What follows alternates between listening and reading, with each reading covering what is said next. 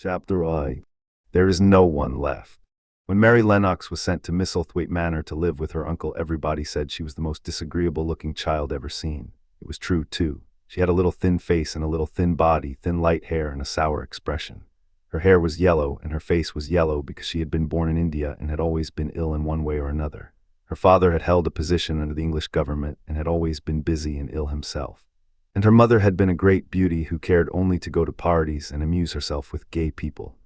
She had not wanted a little girl at all, and when Mary was born, she handed her over to the care of an ayah, who was made to understand that if she wished to please the Mem Sahib, she must keep the child out of sight as much as possible. So when she was a sickly, fretful, ugly little baby, she was kept out of the way, and when she became a sickly, fretful, toddling thing, she was kept out of the way also. She never remembered seeing familiarly anything but the dark faces of her ayah and the other native servants, and as they always obeyed her and gave her her own way in everything, because the Mem Sahib would be angry if she was disturbed by her crying. By the time she was 6 years old, she was as tyrannical and selfish a little pig as ever lived. The young English governess who came to teach her to read and write disliked her so much that she gave up her place in 3 months, and when other governesses came to try to fill it, they always went away in a shorter time than the first one. So if Mary had not chosen to really want to know how to read books, she would never have learned her letters at all. One frightfully hot morning, when she was about 9 years old, she awakened feeling very cross, and she became crosser still when she saw that the servant who stood by her bedside was not her ayah. "Why did you come?" she said to the strange woman. "I will not let you stay. Send my ayah to me." The woman looked frightened, but she only stammered that the ayah could not come, and when Mary threw herself into a passion and beat and kicked her, she looked only more frightened and repeated that it was not possible for the ayah to come to Missy Sahib. There was something mysterious in the air that morning. Nothing was done in its regular order, and several of the native servants seemed missing, while those whom Mary saw slunk or hurried about with ashy and scared faces. But no one would tell her anything, and her ayah did not come. She was actually left alone as the morning went on, and at last she wandered out into the garden and began to play by herself under a tree near the veranda. She pretended that she was making a flower bed. And she stuck big scarlet hibiscus blossoms into little heaps of earth, all the time growing more and more angry and muttering to herself the things she would say and the names she would call Seti when she returned. "Pig, pig, daughter of pigs," she said, because to call a native a pig is the worst insult of all. She was grinding her teeth and saying this over and over again when she heard her mother come out on the veranda with someone. She was with a fair young man, and they stood talking together in low, strange voices. Mary knew the fair young man who looked like a boy. She had heard that he was a very young officer who had just come from England. The child stared at him, but she stared most at her mother. She always did this when she had a chance to see her. Because the Mem Sahib, Mary used to call her that oftener than anything else, was such a tall, slim, pretty person and wore such lovely clothes. Her hair was like curly silk, and she had a delicate little nose which seemed to be disdaining things, and she had large, laughing eyes. All her clothes were thin and floating, and Mary said they were full of lace. They looked fuller of lace than ever this morning, but her eyes were not laughing at all. They were large and scared and lifted imploringly to the fair boy officer's face. "Is it so very bad? Oh, is it?" Mary heard her say. "Awfully," the young man answered in a trembling voice. "Awfully, Mrs. Lennox. You ought to have gone to the hills 2 weeks ago." The Mem Sahib wrung her hands. "Oh, I know I ought," she cried. "I only stayed to go to that silly dinner party. What a fool I was." At that very moment, such a loud sound of wailing broke out from the servants' quarters that she clutched the young man's arm, and Mary stood shivering from head to foot. The wailing grew wilder and wilder. "What is it? What is it?" Mrs. Lennox gasped. "Someone has died," answered the boy officer. "You did not say it had broken out among your servants." "I did not know," the Mem Sahib cried. Come with me," and she turned and ran into the house. After that, appalling things happened, and the mysteriousness of the morning was explained to Mary. The cholera had broken out in its most fatal form, and people were dying like flies. The ayah had been taken ill in the night, and it was because she had just died that the servants had wailed in the huts. Before the next day, 3 other servants were dead, and others had run away in terror. There was panic on every side, and dying people in all the bungalows. During the confusion and bewilderment of the second day, Mary hid herself in the nursery and was forgotten by everyone. Nobody thought of her, nobody wanted her, and strange things happened of which she knew nothing. Mary alternately cried and slept through the hours. She only knew that people were ill and that she heard mysterious and frightening sounds. Once she crept into the dining room and found it empty. Though a partly finished meal was on the table and chairs and plates looked as if they had been hastily pushed back when the diners rose suddenly for some reason. The child ate some fruit and biscuits, and being thirsty she drank a glass of wine which stood nearly filled. It was sweet, and she did not know how strong it was. Very soon it made her intensely drowsy, and she went back to her nursery and shut herself in again, frightened by cries she heard in the huts and by the hurrying sound of feet.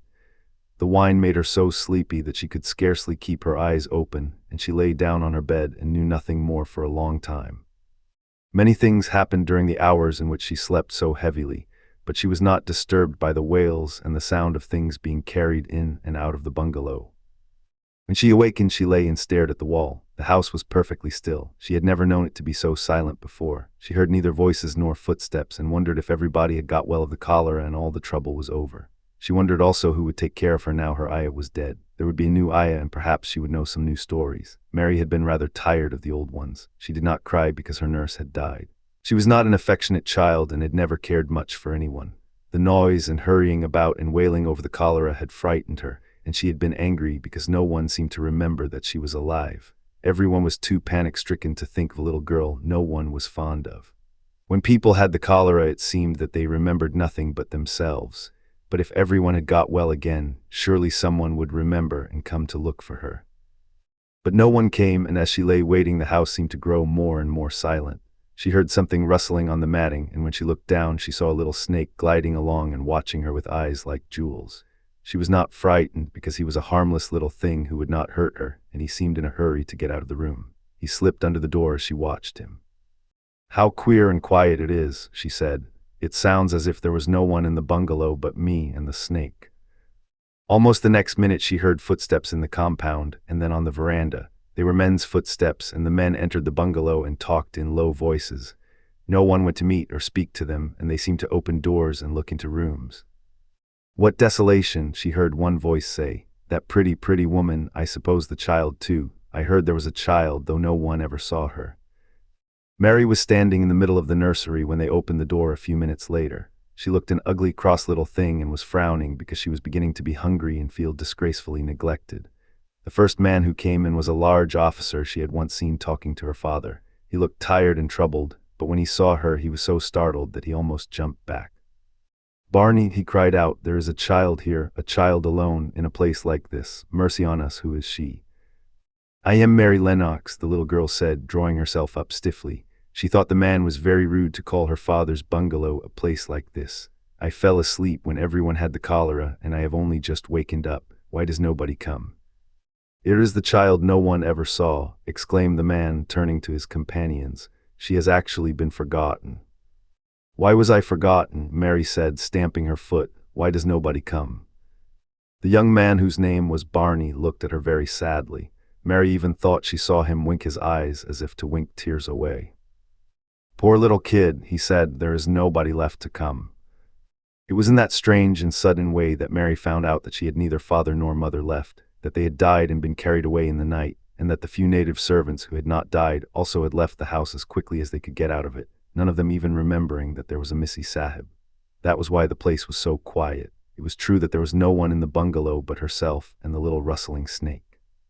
Chapter Roman 2. Mistress Mary quite contrary.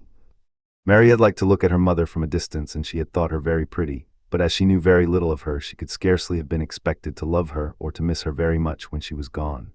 She did not miss her at all, in fact, and as she was a self-absorbed child, she gave her entire thought to herself, as she had always done. If she had been older, she would no doubt have been very anxious at being left alone in the world, but she was very young. And as she had always been taken care of, she supposed she always would be. What she thought was that she would like to know if she was going to nice people, who would be polite to her and give her her own way as her ayah and the other native servants had done. She knew that she was not going to stay at the English clergyman's house where she was taken at first. She did not want to stay.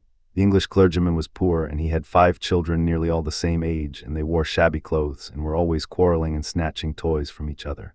Mary hated their untidy bungalow and was so disagreeable to them that after the first day or two nobody would play with her. By the second day they had given her a nickname which made her furious. It was Basil who thought of it first. Basil was a little boy with impudent blue eyes and a turned-up nose, and Mary hated him. She was playing by herself under a tree, just as she had been playing the day the cholera broke out, She was making heaps of earth and paths for a garden, and Basil came and stood near to watch her. Presently he got rather interested and suddenly made a suggestion. "Why don't you put a heap of stones there and pretend it is a rockery?" he said. "They're in the middle," and he leaned over her to point. "Go away," cried Mary. "I don't want boys, go away." For a moment Basil looked angry, and then he began to tease. He was always teasing his sisters. He danced round and round her and made faces and sang and laughed. "Mistress Mary, quite contrary, how does your garden grow, with silver bells and cockle shells and marigolds all in a row?" He sang it until the other children heard and laughed too, and the crosser Mary got, the more they sang Mistress Mary, quite contrary.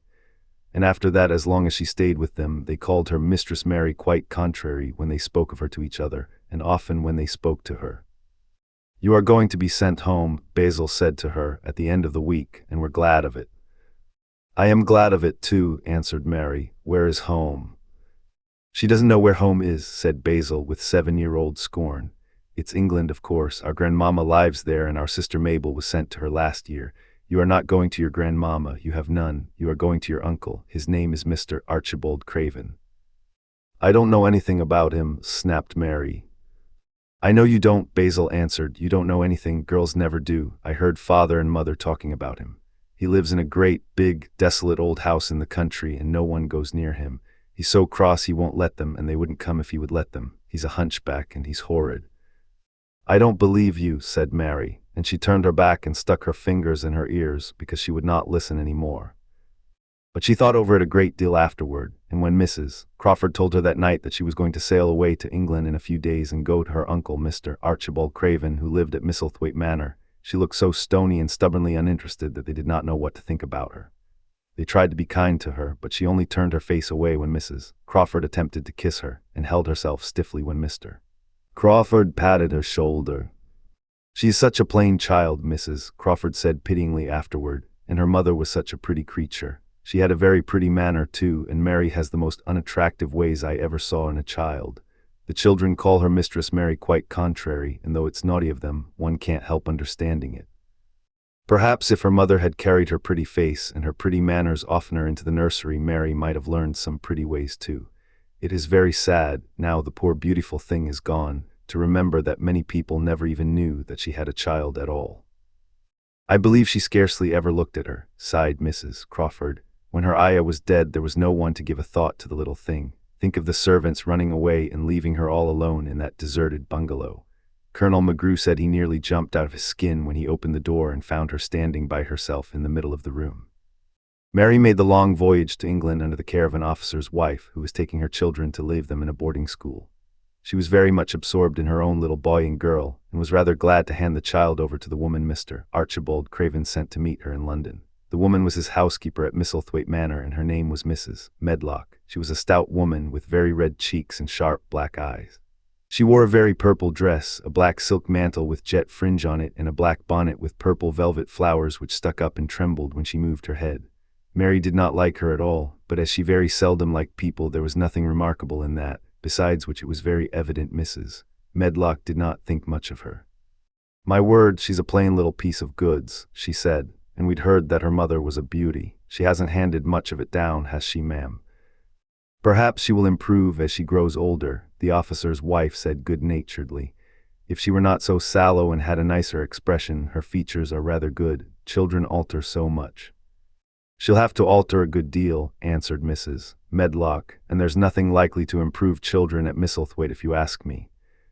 They thought Mary was not listening because she was standing a little apart from them at the window of the private hotel they had gone to. She was watching the passing buses and cabs and people, but she heard quite well and was made very curious about her uncle and the place he lived in. What sort of place was it, and what would he be like? What was a hunchback? She had never seen one. Perhaps there were none in India. Since she had been living in other people's houses and had had no ayah, she had begun to feel lonely and to think queer thoughts which were new to her. She had begun to wonder why she had never seemed to belong to anyone even when her father and mother had been alive. Other children seemed to belong to their fathers and mothers, but she had never seemed to really be anyone's little girl. She had had servants and food and clothes, but no one had taken any notice of her. She did not know that this was because she was a disagreeable child, but then, of course, she did not know she was disagreeable. She often thought that other people were, but she did not know that she was so herself.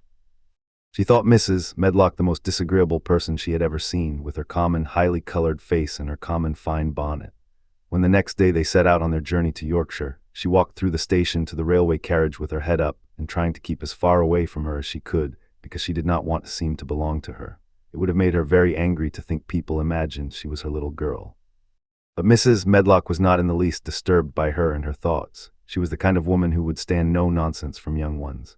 At least, that is what she would have said if she had been asked. She had not wanted to go to London just when her sister Maria's daughter was going to be married, but she had a comfortable, well-paid place as housekeeper at Misselthwaite Manor, and the only way in which she could keep it was to do at once what Mr. Archibald Craven told her to do. She never dared even to ask a question. Captain Lennox and his wife died of the cholera, Mr. Craven had said in his short, cold way. Captain Lennox was my wife's brother, and I am their daughter's guardian. The child is to be brought here. You must go to London and bring her yourself. So she packed her small trunk and made the journey. Mary sat in her corner of the railway carriage and looked plain and fretful. She had nothing to read or to look at, and she had folded her thin little black-gloved hands in her lap. Her black dress made her look yellower than ever, and her limp light hair straggled from under her black crepe hat. A more marred-looking young one I never saw in my life, Mrs. Medlock thought. Marred is a Yorkshire word and means spoiled and pettish. She had never seen a child who sat so still without doing anything, and at last she got tired of watching her and began to talk in a brisk, hard voice.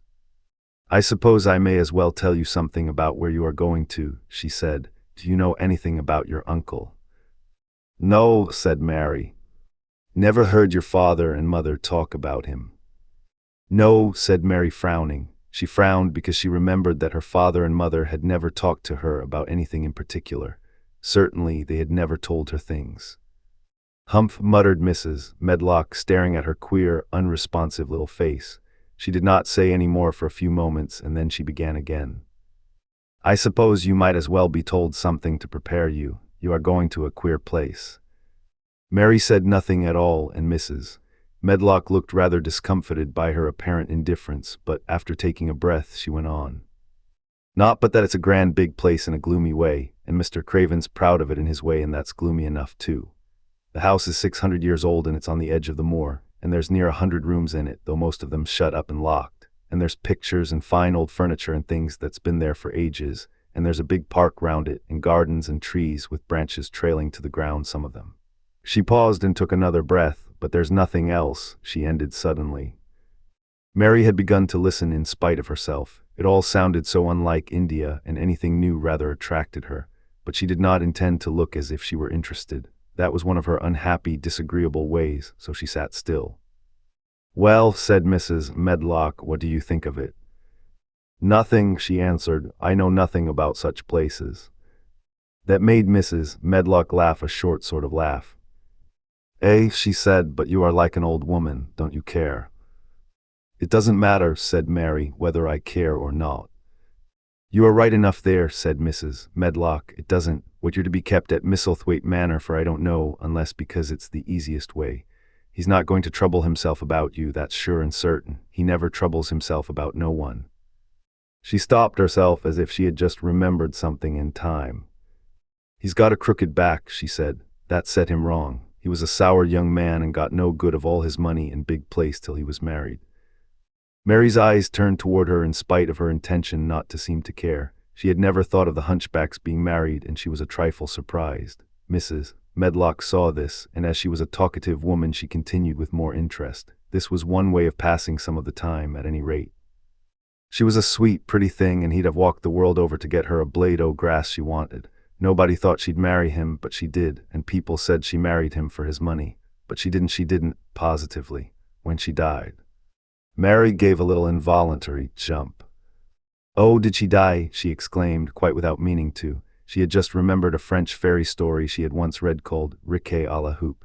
It had been about a poor hunchback and a beautiful princess, and it had made her suddenly sorry for Mr. Archibald Craven.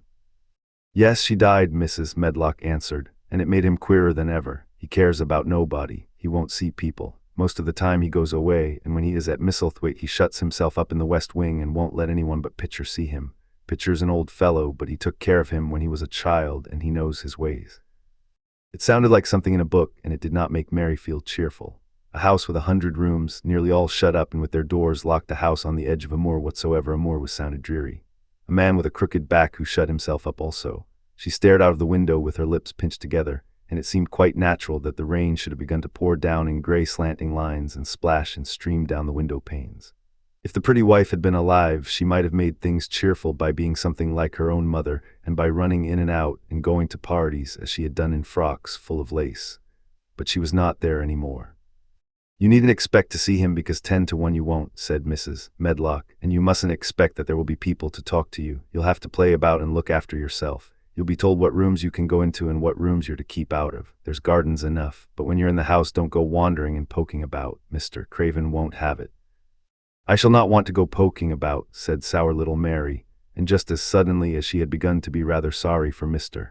Archibald Craven, she began to cease to be sorry and to think he was unpleasant enough to deserve all that had happened to him. And she turned her face toward the streaming panes of the window of the railway carriage and gazed out at the gray rainstorm, which looked as if it would go on forever and ever. She watched it so long and steadily that the grayness grew heavier and heavier before her eyes, and she fell asleep. Chapter Roman 3. Across the moor. She slept a long time, and when she awakened, Mrs. Medlock had bought a lunch basket at one of the stations, and they had some chicken and cold beef and bread and butter and some hot tea. The rain seemed to be streaming down more heavily than ever, and everybody in the station wore wet and glistening waterproof. The guard lighted the lamps in the carriage, and Mrs. Medlock cheered up very much over her tea and chicken and beef. She ate a great deal and afterward fell asleep herself.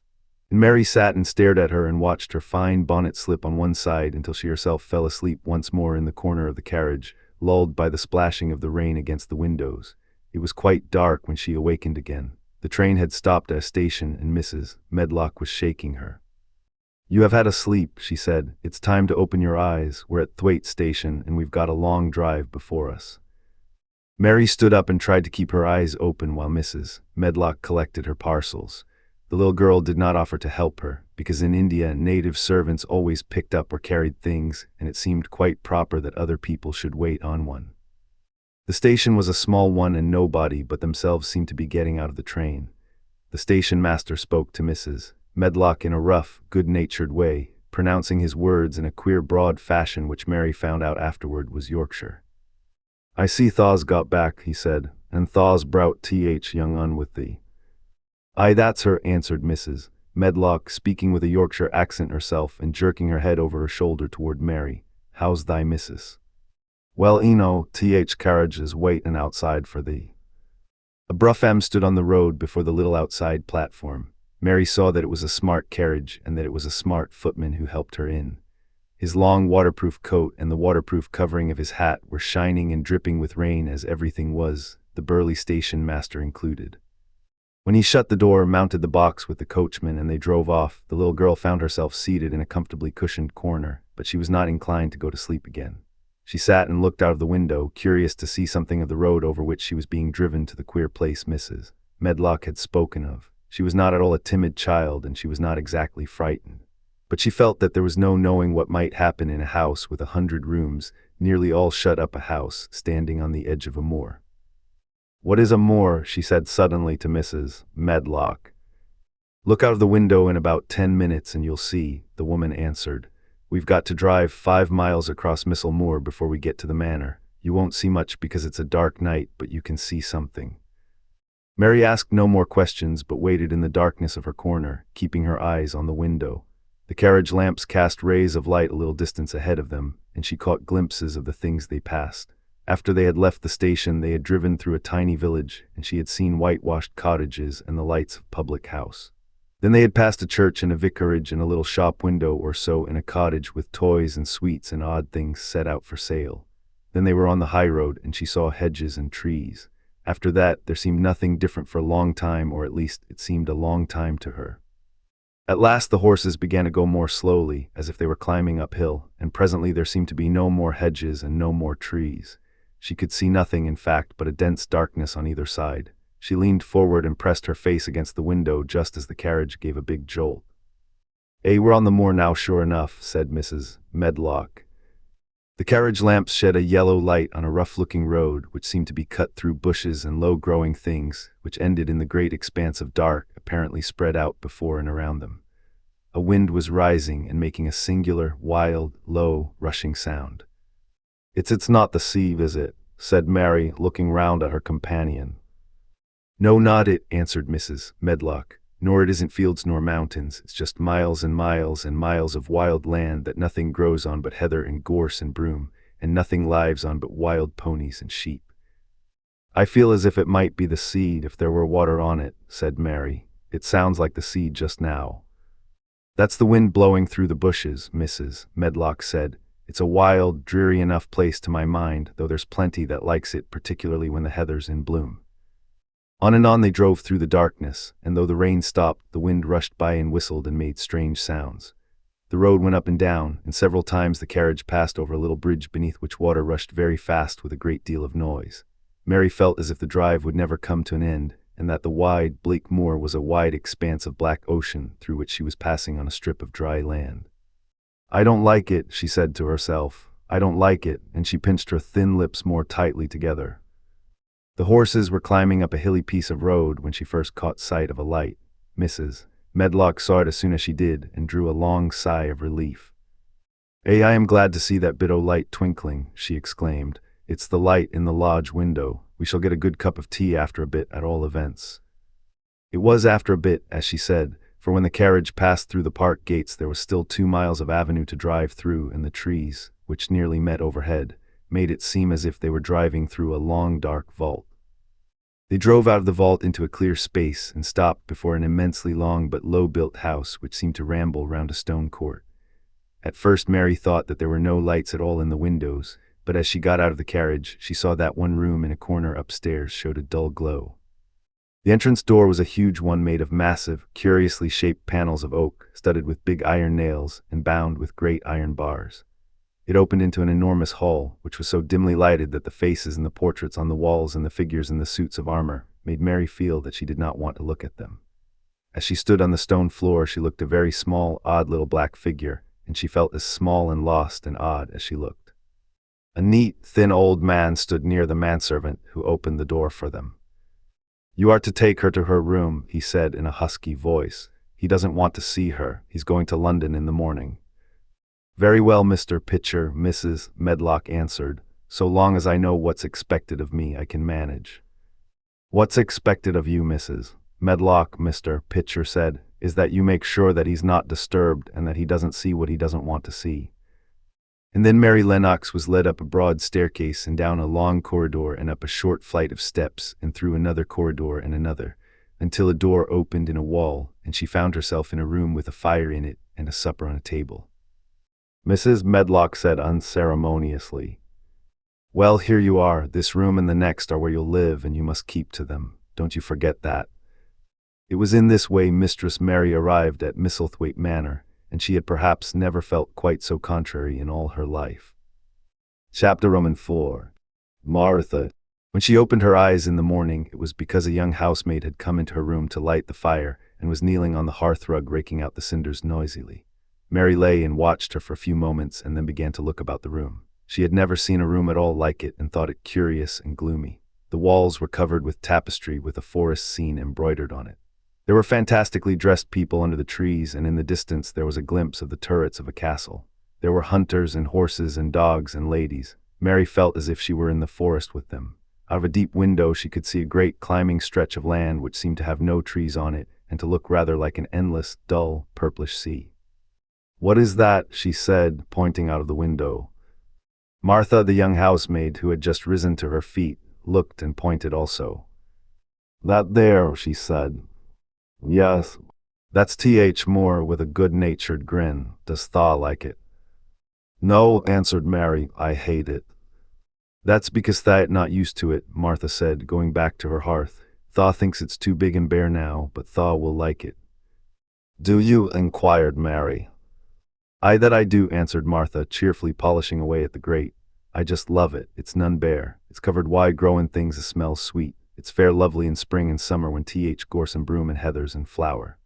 It smells o' honey and there's such a lot o' fresh air and T.H. sky looks so high and T.H. bees and skylarks make such a nice noise hummin' and singin'. I wouldn't live away from T.H. Moore for anything." Mary listened to her with a grave, puzzled expression.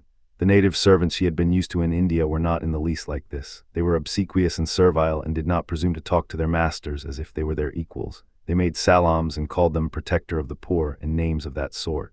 Indian servants were commanded to do things not asked. It was not the custom to say please and thank you, and Mary had always slapped her eye in the face when she was angry. She wondered a little what this girl would do if one slapped her in the face. She was a round, rosy, good-natured looking creature, but she had a sturdy way which made Mistress Mary wonder if she might not even slap back if the person who slapped her was only a little girl. "You are a strange servant," she said from her pillows, rather haughtily. Martha sat up on her heels with her blacking brush in her hand and laughed without seeming the least out of temper. I know that," she said. "If there was a grand missus at Misselthwaite, I should never have been even one of Th on the housemaids. I might have been let to be scullery maid, but I'd never have been let upstairs. I'm too common and I talk too much Yorkshire, but this is a funny house for all it's so grand. Seems like there's neither master nor mistress except Mr. Pitcher and Mrs. Medlock. Mr. Craven, he won't be troubled about anything when he's here. And he's nearly always away. Mrs. Medlock gave me Th place out o' kindness. She told me she could never have done it if Misselthwaite had been like other big houses." "Are you going to be my servant?" Mary asked, still in her imperious little Indian way. Martha began to rub her grate again. "I'm Mrs. Medlock's servant," she said stoutly, "and she's Mr. Craven's, but I'm to do the housemaid's work up here and wait on you a bit, but you won't need much waiting on." "Who is going to dress me?" demanded Mary. Martha sat up on her heels again and stared. She spoke in broad Yorkshire in her amazement. "Canna thaw dress Thyson," she said. "What do you mean? I don't understand your language," said Mary. I forgot," Martha said. "Mrs. Medlock told me I'd have to be careful or you wouldn't know what I was saying. I mean, can't you put on your own clothes?" "No," answered Mary quite indignantly. "I never did in my life. My ayah dressed me, of course." "Well," said Martha, evidently not in the least aware that she was impudent, "it's time thaw should learn. Thaw cannot begin younger. It'll do thee good to wait on Thyson a bit. My mother always said she couldn't see why grand people's children didn't turn out fair fools, what with nurses and bane washed and dressed and took out to walk as if they was puppies." "It is different in India," said Mistress Mary disdainfully. She could scarcely stand this. But Martha was not at all crushed. I can see it's different," she answered almost sympathetically. "I dare say it's because there's such a lot o' blacks there instead o' respectable white people. When I heard you was common from India, I thought you was a black too." Mary sat up in bed furious. "What?" she said. "What, you thought I was a native, you daughter of a pig?" Martha stared and looked hot. "Who are you calling names?" she said. "You needn't be so vexed. That's not Th way for a young lady to talk. I've nothing against Th blacks. When you read about 'em in tracts, they're always very religious. You always read as a black's a man and a brother. I've never seen a black, and I was fair pleased to think I was going to see one close. When I come in to light your fire this morning, I crept up to your bed and pulled Th cover back careful to look at you. And there you was, disappointedly, no more black than me for all you're so yeller." Mary did not even try to control her rage and humiliation. "You thought I was a native, you dared. You don't know anything about natives. They are not people, they're servants who must salam to you. You know nothing about India. You know nothing about anything." She was in such a rage and felt so helpless before the girl's simple stare, and somehow she suddenly felt so horribly lonely and far away from everything she understood and which understood her, that she threw herself face downward on the pillows and burst into passionate sobbing. She sobbed so unrestrainedly that good-natured Yorkshire Martha was a little frightened and quite sorry for her. She went to the bed and bent over her. You mustn't cry like that there," she begged. "You mustn't for sure. I didn't know you'd be vexed. I don't know anything about anything, just like you said. I beg your pardon, miss. Do stop crying." There was something comforting and really friendly in her queer Yorkshire speech and sturdy way which had a good effect on Mary. She gradually ceased crying and became quiet. Martha looked relieved. "It's time for thee to get up now," she said. "Mrs. Medlock said I was to carry thaw breakfast and tea and dinner into Th room next to this. It's been made into a nursery for thee. I'll help thee on with thy clothes if thou'll get out o' bed. If Th buttons are at Th back, thaw cannot button them up thyself." When Mary at last decided to get up, the clothes Martha took from the wardrobe were not the ones she had worn when she arrived the night before with Mrs. Medlock. "Those are not mine," she said. "Mine are black." She looked the thick white wool coat and dress over, and added with cool approval, "Those are nicer than mine." These are th Thaw must put on, Martha answered. Mr. Craven ordered Mrs. Medlock to get him in London. He said I won't have a child dressed in black wandering about like a lost soul, he said. It would make the place sadder than it is, put color on her. Mother, she said she knew what he meant. Mother always knows what a body means. She doesn't hold with black Herschel. I hate black things, said Mary. The dressing process was one which taught them both something. Martha had buttoned up her little sisters and brothers, but she had never seen a child who stood still and waited for another person to do things for her, as if she had neither hands nor feet of her own. Why doesn't Thaw put on Thaw's own shoes? She said when Mary quietly held out her foot. My ayah did it, answered Mary, staring. It was the custom. She said that very often it was the custom. The native servants were always saying it. If one told them to do a thing their ancestors had not done for 1,000 years, they gazed at one mildly and said, it is not the custom, and one knew that was the end of the matter. It had not been the custom that Mistress Mary should do anything but stand and allow herself to be dressed like a doll, but before she was ready for breakfast, she began to suspect that her life at Misselthwaite Manor would end by teaching her a number of things quite new to her, things such as putting on her own shoes and stockings, and picking up things she let fall. If Martha had been a well-trained, fine young lady's maid, she would have been more subservient and respectful, and would have known that it was her business to brush hair and button boots and pick things up and lay them away. She was, however, only an untrained Yorkshire rustic who had been brought up in a moorland cottage with a swarm of little brothers and sisters, who had never dreamed of doing anything but waiting on themselves and on the younger ones who were either babies in arms or just learning to totter about and tumble over things. If Mary Lennox had been a child who was ready to be amused, she would perhaps have laughed at Martha's readiness to talk, but Mary only listened to her coldly and wondered at her freedom of manner. At first she was not at all interested, but gradually, as the girl rattled on in her good-tempered, homely way, Mary began to notice what she was saying. You should see 'em all, she said. There's 12 of us and my father only gets 16 shilling a week. I can tell you my mother's put to it to get porridge for 'em all. They tumble about on th Moor and play there all day, and mother says th air of th Moor fattens 'em. She says she believes they eat th grass same as th wild ponies do. Our Dickon, he's 12 years old and he's got a young pony he calls his own. Where did he get it? Asked Mary. He found it on th Moor with its mother when it was a little one, and he began to make friends with it and give it bits o' bread and pluck young grass for it. And it got to like him, so it follows him about and it lets him get on its back. Dickon's a kind lad and animals likes him. Mary had never possessed an animal pet of her own and had always thought she should like one. So she began to feel a slight interest in Dickon, and as she had never before been interested in anyone but herself, it was the dawning of a healthy sentiment. When she went into the room which had been made into a nursery for her, she found that it was rather like the one she had slept in. It was not a child's room, but a grown-up person's room. With gloomy old pictures on the walls and heavy old oak chairs, a table in the center was set with a good substantial breakfast. But she had always had a very small appetite, and she looked with something more than indifference at the first plate Martha set before her. I don't want it, she said. Thaw doesn't want thy porridge, Martha exclaimed incredulously. No, Thaw doesn't know how good it is. Put a bit o' treacle on it, or a bit o' sugar. I don't want it, repeated Mary. Said Martha, I can't abide to see good victuals go to waste. If our children was at this table, they'd clane it bare in 5 minutes. Why, said Mary coldly.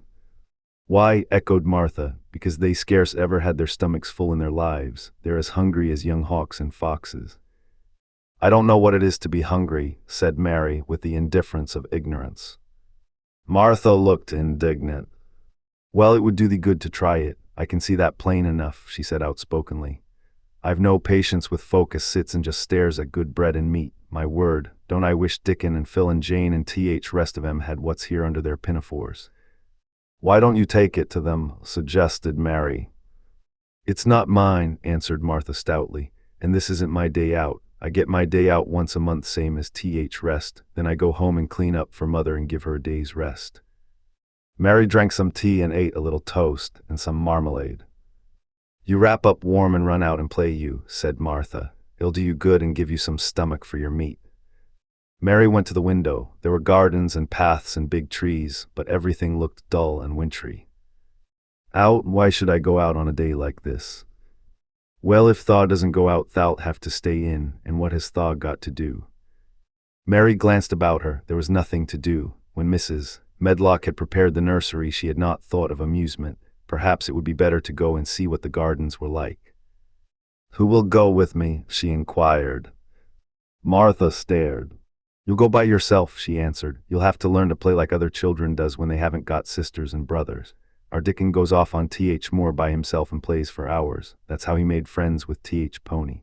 He's got sheep on Th Moor that knows him, and birds as comes and eats out of his hand. However little there is to eat, he always saves a bit o' his bread to coax his pets." It was really this mention of Dickon which made Mary decide to go out, though she was not aware of it. There would be birds outside, though there would not be ponies or sheep. They would be different from the birds in India, and it might amuse her to look at them.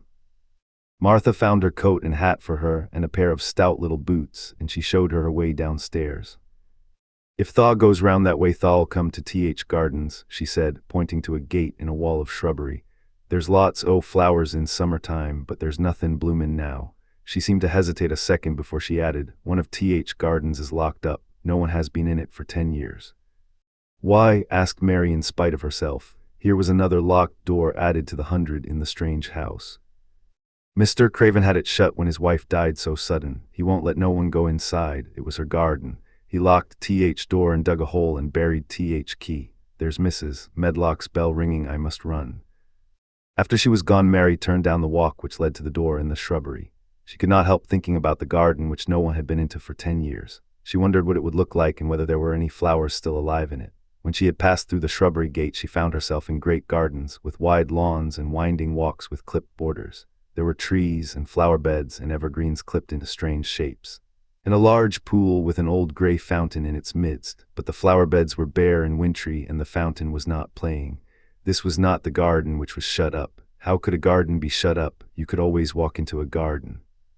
She was just thinking this when she saw that, at the end of the path she was following, there seemed to be a long wall with ivy growing over it. She was not familiar enough with England to know that she was coming upon the kitchen gardens where the vegetables and fruit were growing. She went toward the wall and found that there was a green door in the ivy, and that it stood open. This was not the closed garden, evidently, and she could go into it. She went through the door and found that it was a garden with walls all round it, and that it was only one of several walled gardens which seemed to open into one another. She saw another open green door, revealing bushes and pathways between beds containing winter vegetables. Fruit trees were trained flat against the wall, and over some of the beds there were glass frames. The place was bare and ugly enough, Mary thought, as she stood and stared about her. It might be nicer in summer when things were green, but there was nothing pretty about it now. Presently an old man with a spade over his shoulder walked through the door lighting from the second garden. He looked startled when he saw Mary, and then touched his cap. He had a surly old face, and did not seem at all pleased to see her, but then she was displeased with his garden and wore her quite contrary expression, and certainly did not seem at all pleased to see him. "What is this place?" she asked. "One O.Th. Kitchen Gardens," he answered. "What is that?" said Mary, pointing through the other green door. "Another of 'em," shortly. "There's another on t'other side O.Th. wall, and there's Th. orchard t'other side o' that." "Can I go in them?" asked Mary. "If Thaw likes, but there's nowt to see." Mary made no response. She went down the path and through the second green door. There she found more walls and winter vegetables and glass frames, but in the second wall there was another green door, and it was not open. Perhaps it led into the garden which no one had seen for 10 years. As she was not at all a timid child and always did what she wanted to do, Mary went to the green door and turned the handle.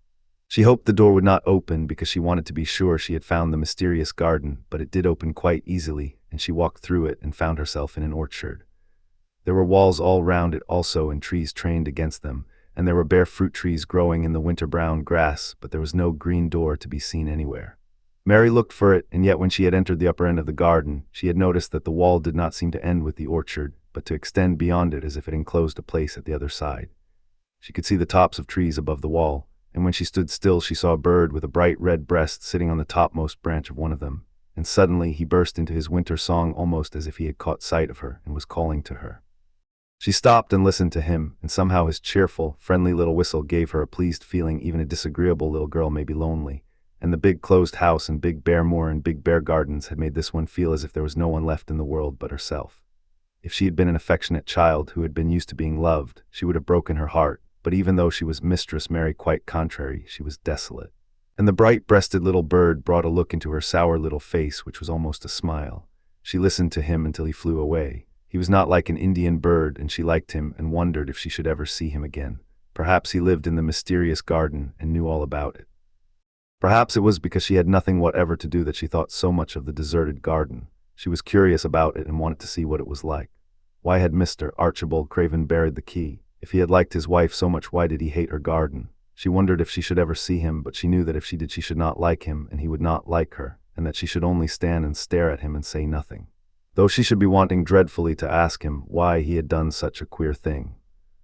People never like me, and I never like people, she thought, and I never can talk as the Crawford children could. They were always talking and laughing and making noises.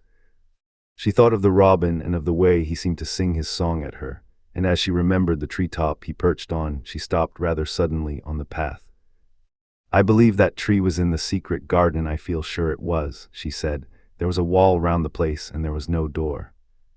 She walked back into the first kitchen garden she had entered and found the old man digging there. She went and stood beside him and watched him a few moments in her cold little way. He took no notice of her, and so at last she spoke to him. I have been into the other gardens, she said. There was nothing to prevent thee, he answered crustily. I went into the orchard. There was no dog at th door to bite thee, he answered. There was no door there into the other garden, said Mary. What garden? He said in a rough voice, stopping his digging for a moment. The one on the other side of the wall, answered Mistress Mary. There are trees there, I saw the tops of them. A bird with a red breast was sitting on one of them, and he sang. To her surprise, the surly old weather-beaten face actually changed its expression.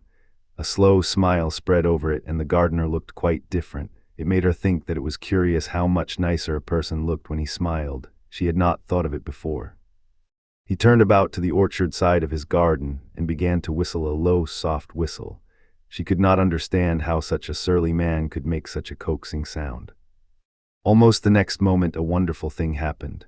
She heard a soft little rushing flight through the air, and it was the bird with the red breast flying to them, and he actually alighted on the big clod of earth quite near to the gardener's foot. Here he is, chuckled the old man, and then he spoke to the bird as if he were speaking to a child.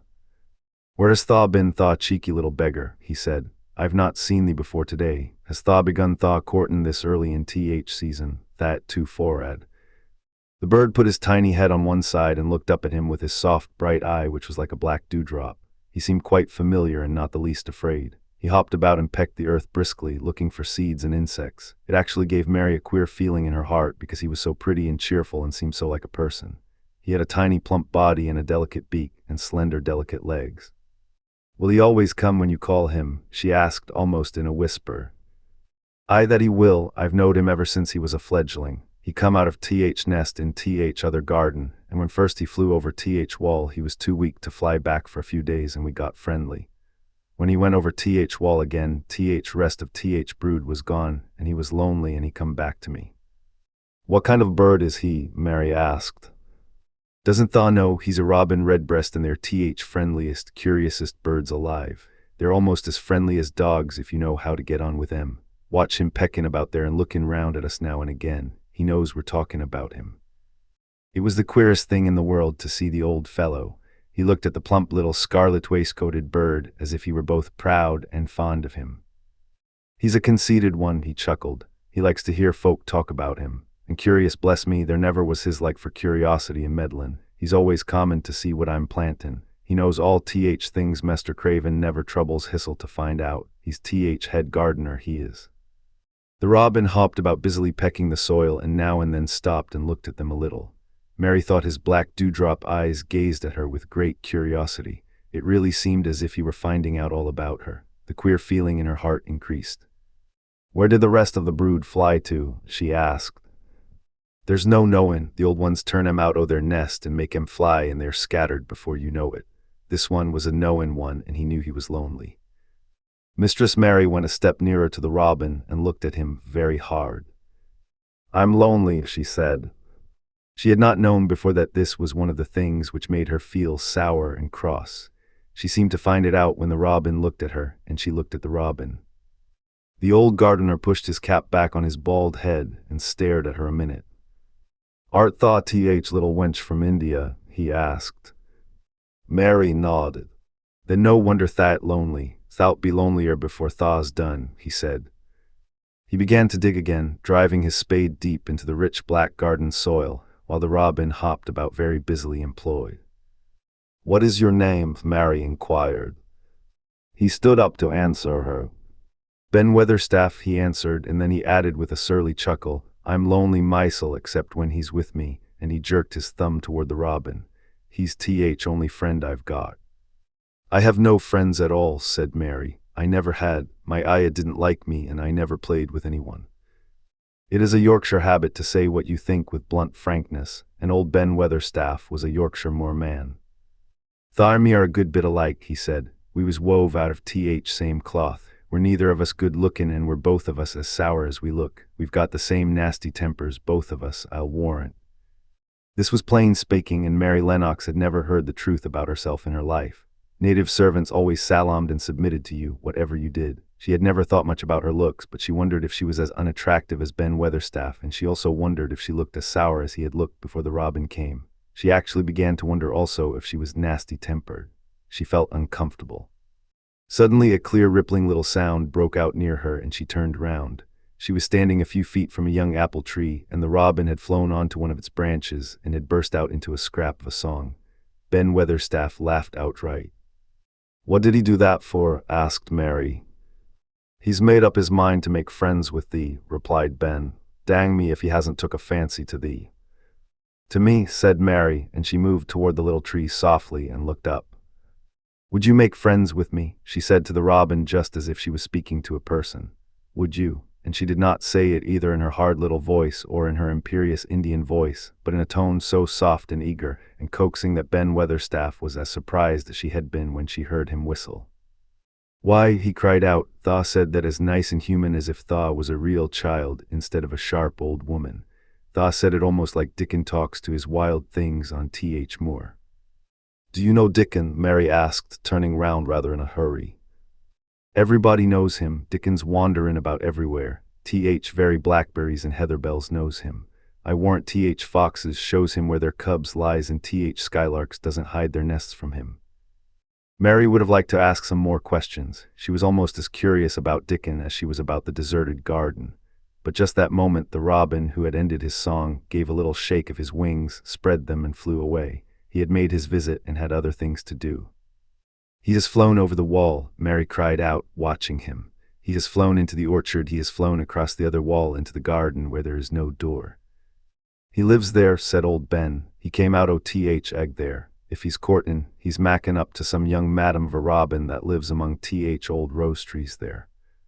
"Rose trees," said Mary. "Are there rose trees?" Ben Weatherstaff took up his spade again and began to dig. "There was 10 year ago," he mumbled. "I should like to see them," said Mary. "Where is the green door? There must be a door somewhere." Ben drove his spade deep and looked as uncompanionable as he had looked when she first saw him. "There was 10 year ago, but there isn't now," he said. "No door," cried Mary. "There must be. None as anyone can find, and none as is anyone's business. Don't you be a meddlesome wench and poke your nose where it's no cause to go. Here, I must go on with my work. Get you gone and play you. I've no more time." And he actually stopped digging, threw his spade over his shoulder, and walked off, without even glancing at her or saying goodbye. Chapter V. The Cry in the Corridor. At first, each day which passed by for Mary Lennox was exactly like the others. Every morning she awoke in her tapestried room and found Martha kneeling upon the hearth building her fire. Every morning she ate her breakfast in the nursery, which had nothing amusing in it. And after each breakfast she gazed out of the window across to the huge moor, which seemed to spread out on all sides and climb up to the sky. And after she had stared for a while, she realized that if she did not go out she would have to stay in and do nothing, and so she went out. She did not know that this was the best thing she could have done, and she did not know that, when she began to walk quickly or even run along the paths and down the avenue, she was stirring her slow blood and making herself stronger by fighting with the wind which swept down from the moor. She ran only to make herself warm, and she hated the wind which rushed at her face and roared and held her back as if it were some giant she could not see. But the big breaths of rough, fresh air blown over the heather filled her lungs with something which was good for her whole thin body, and whipped some red color into her cheeks, and brightened her dull eyes when she did not know anything about it. But after a few days spent almost entirely out of doors, she wakened one morning knowing what it was to be hungry, and when she sat down to her breakfast, she did not glance disdainfully at her porridge and push it away, but took up her spoon and began to eat it, and went on eating it until her bowl was empty. "Thaw got on well enough with that this morning, didn't Thaw?" said Martha. "It tastes nice today," said Mary, feeling a little surprised herself. "It's air of more that's given thee stomach for Thaw victuals," answered Martha. "It's lucky for thee that Thaw's got victuals as well as appetite. There's been 12 in our cottage as had stomach and nothing to put in it.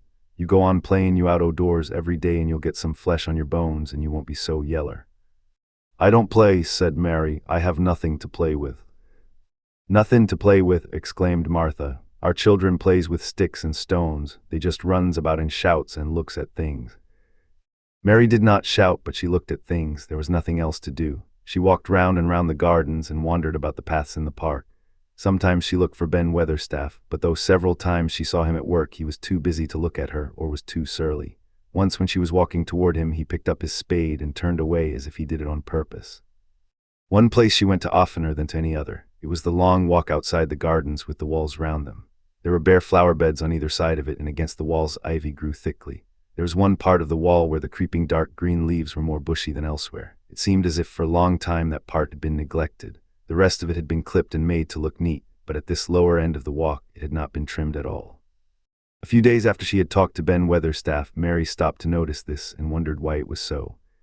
She had just paused and was looking up at a long spray of ivy swinging in the wind when she saw a gleam of scarlet and heard a brilliant chirp, and there, on the top of the wall, perched Ben Weatherstaff's robin redbreast, tilting forward to look at her with his small head on one side. "Oh," she cried out, "is it you, is it you?" And it did not seem at all queer to her that she spoke to him, as if she was sure that he would understand and answer her. He did answer. He twittered and chirped and hopped along the wall as if he were telling her all sorts of things. It seemed to Mistress Mary as if she understood him too, though he was not speaking in words. It was as if he said, "Good morning, isn't the wind nice? Isn't the sun nice? Isn't everything nice? Let us both chirp and hop and twitter. Come on, come on." Mary began to laugh, and as he hopped and took little flights along the wall, she ran after him. Poor little thin, sallow, ugly Mary, she actually looked almost pretty for a moment. I like you," she cried out, pattering down the walk, and she chirped and tried to whistle, which last she did not know how to do in the least. But the robin seemed to be quite satisfied and chirped and whistled back at her. At last he spread his wings and made a darting flight to the top of a tree, where he perched and sang loudly. That reminded Mary of the first time she had seen him. He had been swinging on a treetop then, and she had been standing in the orchard. Now she was on the other side of the orchard and standing in the path outside a wall much lower down, and there was the same tree inside. "It's in the garden no one can go into," she said to herself. "It's the garden without a door. He lives in there. How I wish I could see what it is like." She ran up the walk to the green door she had entered the first morning. Then she ran down the path through the other door and then into the orchard, and when she stood and looked up, there was the tree on the other side of the wall, and there was the robin just finishing his song and beginning to preen his feathers with his beak. "It is the garden," she said. "I am sure it is." She walked round and looked closely at that side of the orchard wall, but she only found what she had found before, that there was no door in it. Then she ran through the kitchen gardens again and out into the walk outside the long ivy-covered wall, and she walked to the end of it and looked at it, but there was no door, and then she walked to the other end looking again, but there was no door. "It's very queer," she said. "Ben Weatherstaff said there was no door, and there is no door, but there must have been one 10 years ago because Mr. Craven buried the key." This gave her so much to think of that she began to be quite interested and feel that she was not sorry that she had come to Misselthwaite Manor. In India she had always felt hot and too languid to care much about anything.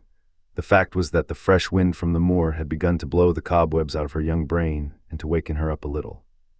She stayed out of doors nearly all day, and when she sat down to her supper at night she felt hungry and drowsy and comfortable. She did not feel cross when Martha chattered away. She felt as if she rather liked to hear her, and at last she thought she would ask her a question. She asked it after she had finished her supper and had sat down on the hearthrug before the fire. "Why did Mr. Craven hate the garden?" she said. She had made Martha stay with her, and Martha had not objected at all. She was very young and used to a crowded cottage full of brothers and sisters, and she found it dull in the great servants' hall downstairs, where the footmen and upper housemaids made fun of her Yorkshire speech and looked upon her as a common little thing, and sat and whispered among themselves. Martha liked to talk, and the strange child who had lived in India and been waited upon by blacks was novelty enough to attract her. She sat down on the hearth herself without waiting to be asked. "Art thaw thinking about that garden yet?" she said. "I knew thaw would. That was just the way with me when I first heard about it." "Why did he hate it?" Mary persisted. Martha tucked her feet under her and made herself quite comfortable. "Listen to th wind wuthering round the house," she said. "You could bear stand up on the moor if you was out on it tonight." Mary did not know what wuthering meant until she listened, and then she understood. It must mean that hollow, shuddering sort of roar which rushed round and round the house as if the giant no one could see were buffeting it and beating at the walls and windows to try to break in. But one knew he could not get in, and somehow it made one feel very safe and warm inside a room with a red coal fire. But why did he hate it so? She asked after she had listened. She intended to know if Martha did. Then Martha gave up her store of knowledge. "Mind," she said, "Mrs. Medlock said it's not to be talked about. There's lots o' things in this place that's not to be talked over. That's Mr. Craven's orders. His troubles are none servant's business," he said. But for T.H. Garden he wouldn't be like he is. It was Mrs. Craven's garden that she had made when first they were married, and she just loved it, and they used to tend the flowers themselves. And none o' T.H. Gardeners was ever let to go in. Him and her used to go in and shut T.H. door and stay there hours and hours, readin' and talkin'. And she was just a bit of a girl, and there was an old tree with a branch bent like a seat on it, and she made roses grow over it, and she used to sit there. But one day when she was sitting there, T.H. branch broke, and she fell on T.H. ground and was hurt so bad that next day she died. T.H. doctors thought he'd go out o' his mind and die too. That's why he hates it. No one's never gone in since, and he won't let anyone talk about it. Mary did not ask any more questions. She looked at the red fire and listened to the wind wutherin'. It seemed to be wutherin' louder than ever. At that moment a very good thing was happening to her. 4 good things had happened to her, in fact, since she came to Misselthwaite Manor. She had felt as if she had understood a robin and that he had understood her. She had run in the wind until her blood had grown warm. She had been healthily hungry for the first time in her life, and she had found out what it was to be sorry for someone. She was getting on. But as she was listening to the wind, she began to listen to something else. She did not know what it was, because at first she could scarcely distinguish it from the wind itself. It was a curious sound. It seemed almost as if a child were crying somewhere. Sometimes the wind sounded rather like a child crying, but presently Mistress Mary felt quite sure that this sound was inside the house, not outside it. It was far away, but it was inside. She turned round and looked at Martha. "Do you hear anyone crying?" she said. Martha suddenly looked confused. "No," she answered, "it's T.H. wind. Sometimes it sounds like as if someone was lost on T.H. moor in Wayland. It's got all sorts o' sounds." "But listen," said Mary, "it's in the house down one of those long corridors." And at that very moment a door must have been opened somewhere downstairs, for a great rushing draught blew along the passage and the door of the room they sat in was blown open with a crash. And as they both jumped to their feet, the light was blown out and the crying sound was swept down the far corridor, so that it was to be heard more plainly than ever. "There," said Mary, "I told you so. It is someone crying, and it isn't a grown-up person." Martha ran and shut the door and turned the key, but before she did it they both heard the sound of a door in some far passage shutting with a bang, and then everything was quiet, for even the wind ceased wutherin' for a few moments. "It was T.H. wind," said Martha stubbornly, "and if it wasn't, it was little Betty Butterworth, T.H. scullery maid. She's had T.H. toothache all day." But something troubled and awkward in her manner made Mistress Mary stare very hard at her. She did not believe she was speaking the truth. Chapter VI. There was someone crying, there was. The next day the rain poured down in torrents again, and when Mary looked out of her window, the moor was almost hidden by gray mist and cloud. There could be no going out today. "What do you do in your cottage when it rains like this?" she asked Martha. "Try to keep from under each other's feet mostly," Martha answered. There does seem a lot of us then. Mother's a good-tempered woman, but she gets fair moithered. The biggest ones goes out in T.H. cowshed and plays there. Dickon he doesn't mind T.H. wet. He goes out just T.H. same as if T.H. sun was shinin'. He says he sees things on rainy days as doesn't show when it's fair weather. He once found a little fox cub half drowned in its hole, and he brought it home in T.H. bosom of his shirt to keep it warm. Its mother had been killed nearby in T.H. hole, was swum out in T.H. rest o' T.H. litter was dead. He's got it at home now. He found a half-drowned young crow another time, and he brought it home too and tamed it. It's named Soot because it's so black, and it hops and flies about with him everywhere. The time had come when Mary had forgotten to resent Martha's familiar talk. She had even begun to find it interesting and to be sorry when she stopped or went away. The stories she had been told by her ayah when she lived in India had been quite unlike those Martha had to tell about the moorland cottage which held 14 people who lived in 4 little rooms and never had quite enough to eat. The children seemed to tumble about and amuse themselves like a litter of rough, good-natured collie puppies. Mary was most attracted by the mother and Dickon. When Martha told stories of what mother said, or did they always sounded comfortable. "If I had a raven or a fox cub I could play with it," said Mary, "but I have nothing." Martha looked perplexed. "Can thaw knit?" she asked. "No," answered Mary. "Can thaw sew?" "No." "Can thaw read?" "Yes." "Then why doesn't thaw read something, or learn a bit o' spellin'? Thast old enough to be learnin' thy book a good bit now." "I haven't any books," said Mary. "Those I had were left in India." "That's a pity," said Martha. "If Mrs. Medlock let thee go into th library, there's thousands o' books there." Mary did not ask where the library was because she was suddenly inspired by a new idea. She made up her mind to go and find it herself. She was not troubled about Mrs. Medlock. Mrs. Medlock seemed always to be in her comfortable housekeeper's sitting room downstairs. In this queer place one scarcely ever saw anyone at all. In fact, there was no one to see but the servants, and when their master was away they lived a luxurious life below stairs, where there was a huge kitchen hung about with shining brass and pewter, and a large servants' hall where there were 4 or 5 abundant meals eaten every day, and where a great deal of lively romping went on when Mrs. Medlock was out of the way. Mary's meals were served regularly, and Martha waited on her, but no one troubled themselves about her in the least. Mrs. Medlock came and looked at her every day or two, but no one inquired what she did or told her what to do. She supposed that perhaps this was the English way of treating children. In India she had always been attended by her ayah, who had followed her about and waited on her hand and foot. She had often been tired of her company. Now she was followed by nobody, and was learning to dress herself because Martha looked as though she thought she was silly and stupid when she wanted to have things handed to her and put on. "Hasn't tha got good sense?" she said once, when Mary had stood waiting for her to put on her gloves for her. "Our Susan Ann is twice as sharp as thee, and she's only 4-year-old. Sometimes tha looks fair soft in th head." Mary had worn her contrary scowl for an hour after that, but it made her think several entirely new things. She stood at the window for about 10 minutes this morning after Martha had swept up the hearth for the last time and gone downstairs. She was thinking over the new idea which had come to her when she heard of the library. She did not care very much about the library itself, because she had read very few books, but to hear of it brought back to her mind the 100 rooms with closed doors.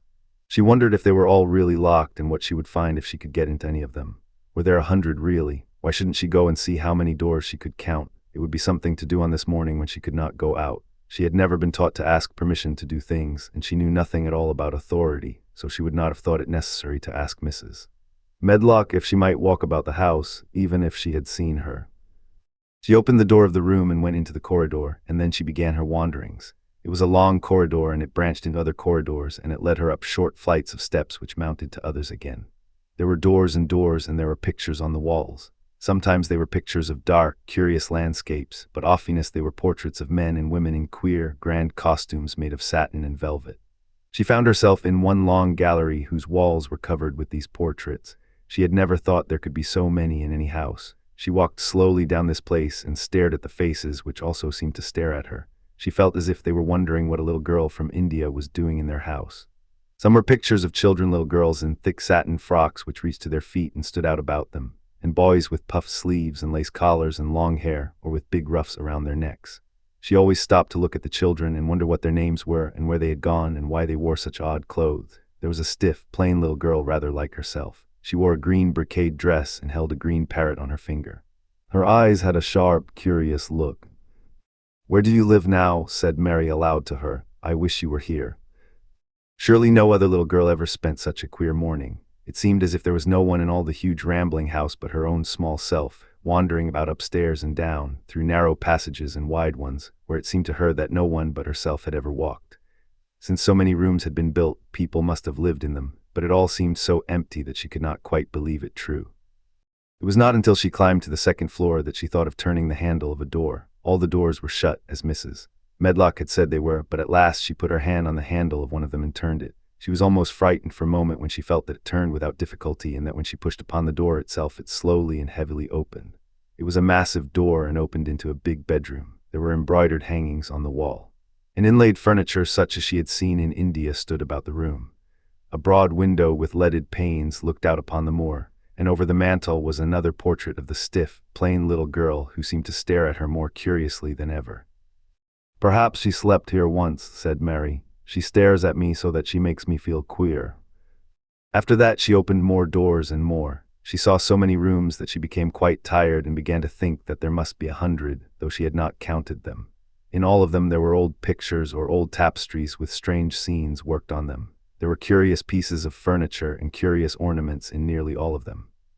In one room, which looked like a lady's sitting room, the hangings were all embroidered velvet, and in a cabinet were about 100 little elephants made of ivory.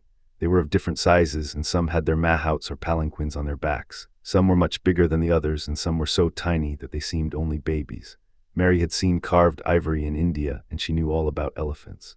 She opened the door of the cabinet and stood on a footstool and played with these for quite a long time.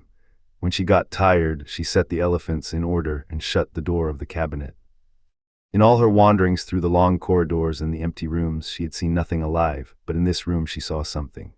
Just after she had closed the cabinet door, she heard a tiny rustling sound. It made her jump and look around at the sofa by the fireplace from which it seemed to come. In the corner of the sofa there was a cushion, and in the velvet which covered it there was a hole, and out of the hole peeped a tiny head with a pair of frightened eyes in it. Mary crept softly across the room to look. The bright eyes belonged to a little gray mouse, and the mouse had eaten a hole into the cushion and made a comfortable nest there. 6 baby mice were cuddled up asleep near her. If there was no one else alive in the 100 rooms, there were 7 mice who did not look lonely at all. "If they wouldn't be so frightened, I would take them back with me," said Mary. She had wandered about long enough to feel too tired to wander any farther, and she turned back. 2 or 3 times she lost her way by turning down the wrong corridor and was obliged to ramble up and down until she found the right one. But at last she reached her own floor again, though she was some distance from her own room and did not know exactly where she was. "I believe I have taken a wrong turning again," she said, standing still at what seemed the end of a short passage with tapestry on the wall. "I don't know which way to go, how still everything is." It was while she was standing here and just after she had said this that the stillness was broken by a sound. It was another cry, but not quite like the one she had heard last night. It was only a short one, a fretful, childish whine muffled by passing through walls. "It's nearer than it was," said Mary, her heart beating rather faster, "and it is crying."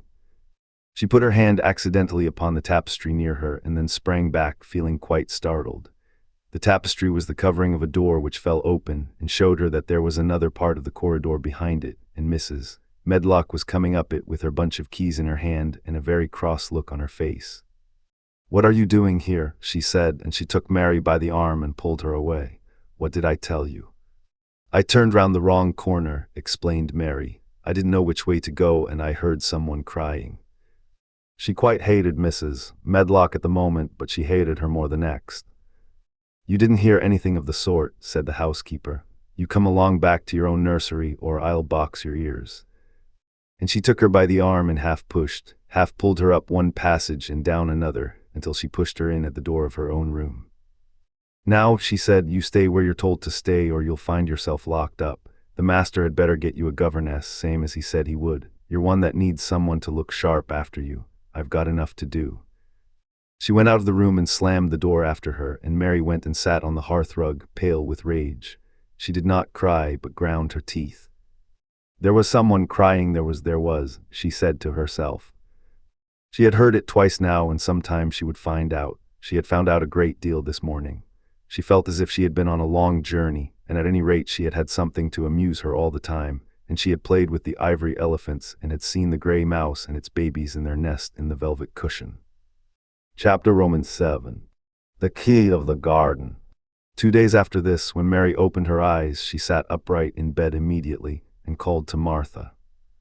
"Look at the moors, look at the moor." The rainstorm had ended and the gray mist and clouds had been swept away in the night by the wind. The wind itself had ceased, and a brilliant, deep blue sky arched high over the moorland. Never had Mary dreamed of a sky so blue. In India, skies were hot and blazing. This was of a deep, cool blue which almost seemed to sparkle like the waters of some lovely bottomless lake. and here and there, high in the arched blueness, floated small clouds of snow-white fleece. The far-reaching world of the moor itself looked softly blue instead of gloomy purple-black or awful dreary gray. "I," said Martha with a cheerful grin.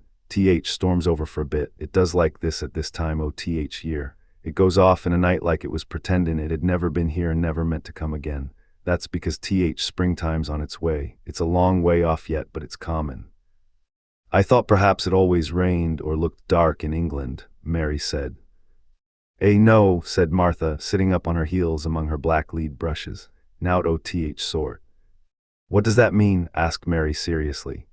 In India, the natives spoke different dialects which only a few people understood, so she was not surprised when Martha used words she did not know. Martha laughed as she had done the first morning. "There now," she said, "I've talked broad Yorkshire again like Mrs. Medlock said I mustn't. Nowt sort means nothing of the sort," slowly and carefully, "but it takes so long to say it. Yorkshire's sunniest place on earth when it is sunny. I told thee tha'd like more after a bit. Just you wait till you see gold-colored gorse blossoms and blossoms broom, and heather flowerin' all purple bells. And hundreds butterflies flutterin' and bees hummin' and skylarks soarin' up and singin'. You'll want to get out on it at sunrise and live out on it all day like Dickon does." "Could I ever get there?" asked Mary wistfully, looking through her window at the far-off blue. It was so new and big and wonderful and such a heavenly color. "I don't know," answered Martha. "Thaw's never used thaw legs since thaw was born, it seems to me. Thaw couldn't walk 5 mile, it's 5 mile to our cottage." "I should like to see your cottage." Martha stared at her a moment curiously before she took up her polishing brush and began to rub the grate again. She was thinking that the small plain face did not look quite as sour at this moment as it had done the first morning she saw it. It looked just a trifle like little Susan Ann's when she wanted something very much. "I'll ask my mother about it," she said. "She's one o' them that nearly always sees a way to do things. It's my day out today and I'm going home. I am glad Mrs. Medlock thinks a lot o' mother. Perhaps she could talk to her." "I like your mother," said Mary. "I should think thaw did," agreed Martha, polishing away. "I've never seen her," said Mary. "No, thaw hasn't," replied Martha. She sat up on her heels again and rubbed the end of her nose with the back of her hand, as if puzzled for a moment, but she ended quite positively. "Well, she's that sensible and hard-workin' and good-natured and clean that no one could help lickin' her, whether they'd seen her or not. When I'm going home to her on my day out, I just jump for joy when I'm crossin' Moor." "I like Dickon," added Mary, "and I've never seen him." "Well," said Martha stoutly, "I've told thee that very birds likes him and rabbits and wild sheep and ponies, and foxes themselves. I wonder," staring at her reflectively, "what Dickon would think of thee." "He wouldn't like me," said Mary in her stiff, cold little way. "No one does." Martha looked reflective again. "How does thaw like Thistle?" she inquired, really quite as if she were curious to know. Mary hesitated a moment and thought it over. "Not at all really," she answered, "but I never thought of that before." Martha grinned a little as if at some homely recollection. "Mother said that to me once," she said. "She was at her wash-tub and I was in a bad temper and talking ill of folk, and she turns round on me and says, 'Thaw, young vixen, thaw. There thaw stands saying thaw doesn't like this one and thaw doesn't like that one. How does thaw like Thistle?' It made me laugh and it brought me to my senses in a minute." She went away in high spirits as soon as she had given Mary her breakfast. She was going to walk 5 miles across the moor to the cottage, and she was going to help her mother with the washing and do the week's baking and enjoy herself thoroughly. Mary felt lonelier than ever when she knew she was no longer in the house. She went out into the garden as quickly as possible, and the first thing she did was to run round and round the fountain flower garden 10 times. She counted the times carefully, and when she had finished she felt in better spirits. The sunshine made the whole place look different. The high, deep blue sky arched over Misselthwaite as well as over the moor, and she kept lifting her face and looking up into it, trying to imagine what it would be like to lie down on one of the little snow-white clouds and float about. She went into the first kitchen garden and found Ben Weatherstaff working there with 2 other gardeners. The change in the weather seemed to have done him good. He spoke to her of his own accord. "Springtime's common," he said. "Cannot thaw smell it?" Mary sniffed and thought she could. "I smell something nice and fresh and damp," she said. "That's good rich earth," he answered, digging away. It's in a good humor mackin' ready to grow things. It's glad when plantin' time comes. It's dull in winter when it's gotten out to do. In flower gardens out there things will be stirrin' down below in dark. Sun's warm in You'll see bits o' green spikes stickin' out o' black earth after a bit. What will they be? Asked Mary. Crocuses and snowdrops and daffodils. Has Thaw never seen them? No, everything is hot and wet and green after the rains in India, said Mary, and I think things grow up in a night. These won't grow up in a night, said Weatherstaff. Thaw'll have to wait for 'em. They'll poke up a bit higher here and push out a spike more there and uncurl a leaf this day and another that. You watch him. I am going to, answered Mary. Very soon she heard the soft rustling flight of wings again, and she knew at once that the robin had come again. He was very pert and lively, and hopped about so close to her feet, and put his head on one side and looked at her so slyly that she asked Ben Weatherstaff a question. Do you think he remembers me? She said. Remembers thee, said Weatherstaff indignantly. He knows every cabbage stump in Gardens, let alone people. He's never seen a little wench here before, and he's bent on findin' out all about thee. Thaw's no need to try to hide anything from him. Are things stirring down below in the dark in that garden where he lives? Mary inquired. What garden? Grunted Weatherstaff, becoming surly again. The one where the old rose trees are. She could not help asking because she wanted so much to know. Are all the flowers dead, or do some of them come again in the summer? Are there ever any roses?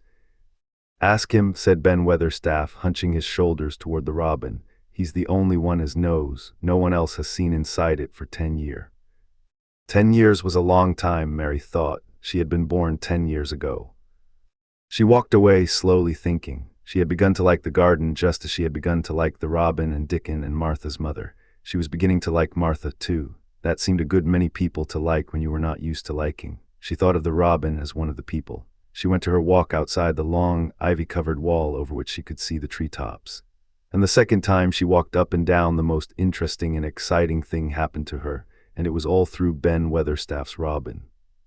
She heard a chirp and a twitter, and when she looked at the bare flower bed at her left side there, he was hopping about and pretending to peck things out of the earth to persuade her that he had not followed her. But she knew he had followed her, and the surprise so filled her with delight that she almost trembled a little. You do remember me, she cried out. You do. You are prettier than anything else in the world. She chirped and talked and coaxed, and he hopped and flirted his tail and twittered. It was as if he were talking.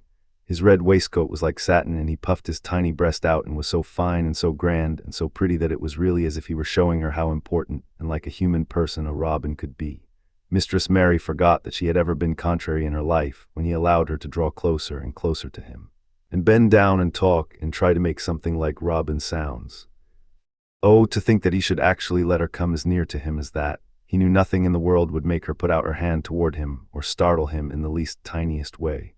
He knew it because he was a real person, only nicer than any other person in the world. She was so happy that she scarcely dared to breathe. The flower bed was not quite bare. It was bare of flowers because the perennial plants had been cut down for their winter rest, but there were tall shrubs and low ones which grew together at the back of the bed, and as the robin hopped about under them, she saw him hop over a small pile of freshly turned up earth. He stopped on it to look for a worm. The earth had been turned up because a dog had been trying to dig up a mole, and he had scratched quite a deep hole. Mary looked at it, not really knowing why the hole was there, and as she looked she saw something almost buried in the newly turned soil.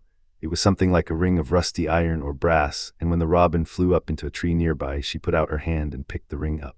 It was more than a ring, however. It was an old key which looked as if it had been buried a long time. Mistress Mary stood up and looked at it with an almost frightened face as it hung from her finger. Perhaps it has been buried for 10 years, she said in a whisper. Perhaps it is the key to the garden. Chapter Roman 8. The Robin Who Showed the Way. She looked at the key quite a long time. She turned it over and thought about it. As I have said before, she was not a child who had been trained to ask permission or consult her elders about things. All she thought about the key was that if it was the key to the closed garden and she could find out where the door was, she could perhaps open it and see what was inside the walls and what had happened to the old rose trees. It was because it had been shut up so long that she wanted to see it.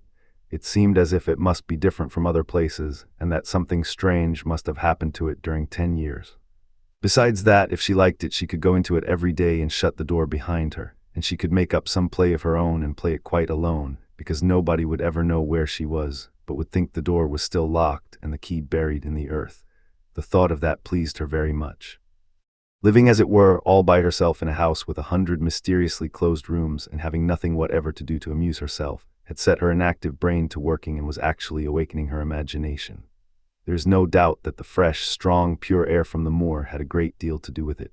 Just as it had given her an appetite and fighting with the wind had stirred her blood, so the same things had stirred her mind.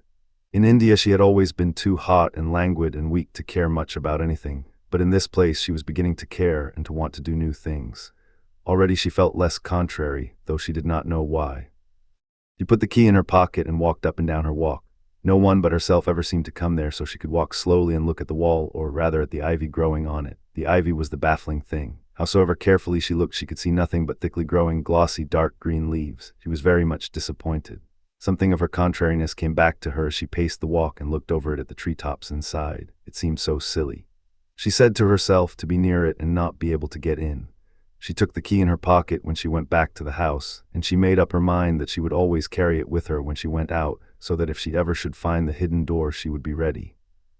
Mrs. Medlock had allowed Martha to sleep all night at the cottage, but she was back at her work in the morning with cheeks redder than ever and in the best of spirits.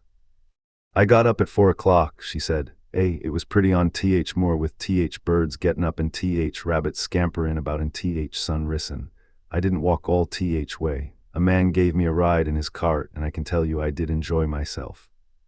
She was full of stories of the delights of her day out. Her mother had been glad to see her, and they had got the baking and washing all out of the way. She had even made each of the children a dough cake with a bit of brown sugar in it. "I had 'em all pippin' hot when they came in from playin' on th moor, and th cottage all smelt o' nice, clean hot bacon, and there was a good fire, and they just shouted for joy. Our Dickon, he said our cottage was good enough for King to live in." In the evening they had all sat round the fire, and Martha and her mother had sewed patches on torn clothes and mended stockings, and Martha had told them about the little girl who had come from India and who had been waited on all her life by what Martha called blacks, until she didn't know how to put on her own stockings. They did like to hear about you," said Martha. "They wanted to know all about th blacks and about th ship you came in. I couldn't tell 'em enough." Mary reflected a little. "I'll tell you a great deal more before your next day out," she said, "so that you will have more to talk about. I dare say they would like to hear about riding on elephants and camels, and about the officers going to hunt tigers." "My word," cried delighted Martha, "it would set 'em clean off their heads. Would thaw really do that, miss? It would be same as a wild beast show like we heard they had in York once." "India is quite different from Yorkshire," Mary said slowly, as she thought the matter over. "I never thought of that. Did Dickon and your mother like to hear you talk about me?"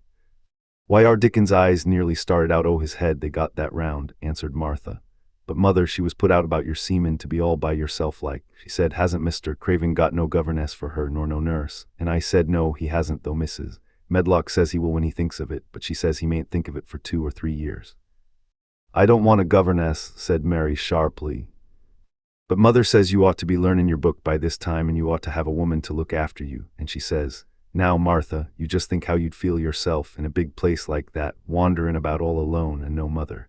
You do your best to cheer her up,' she says, and I said I would." Mary gave her a long, steady look. "You do cheer me up," she said. "I like to hear you talk."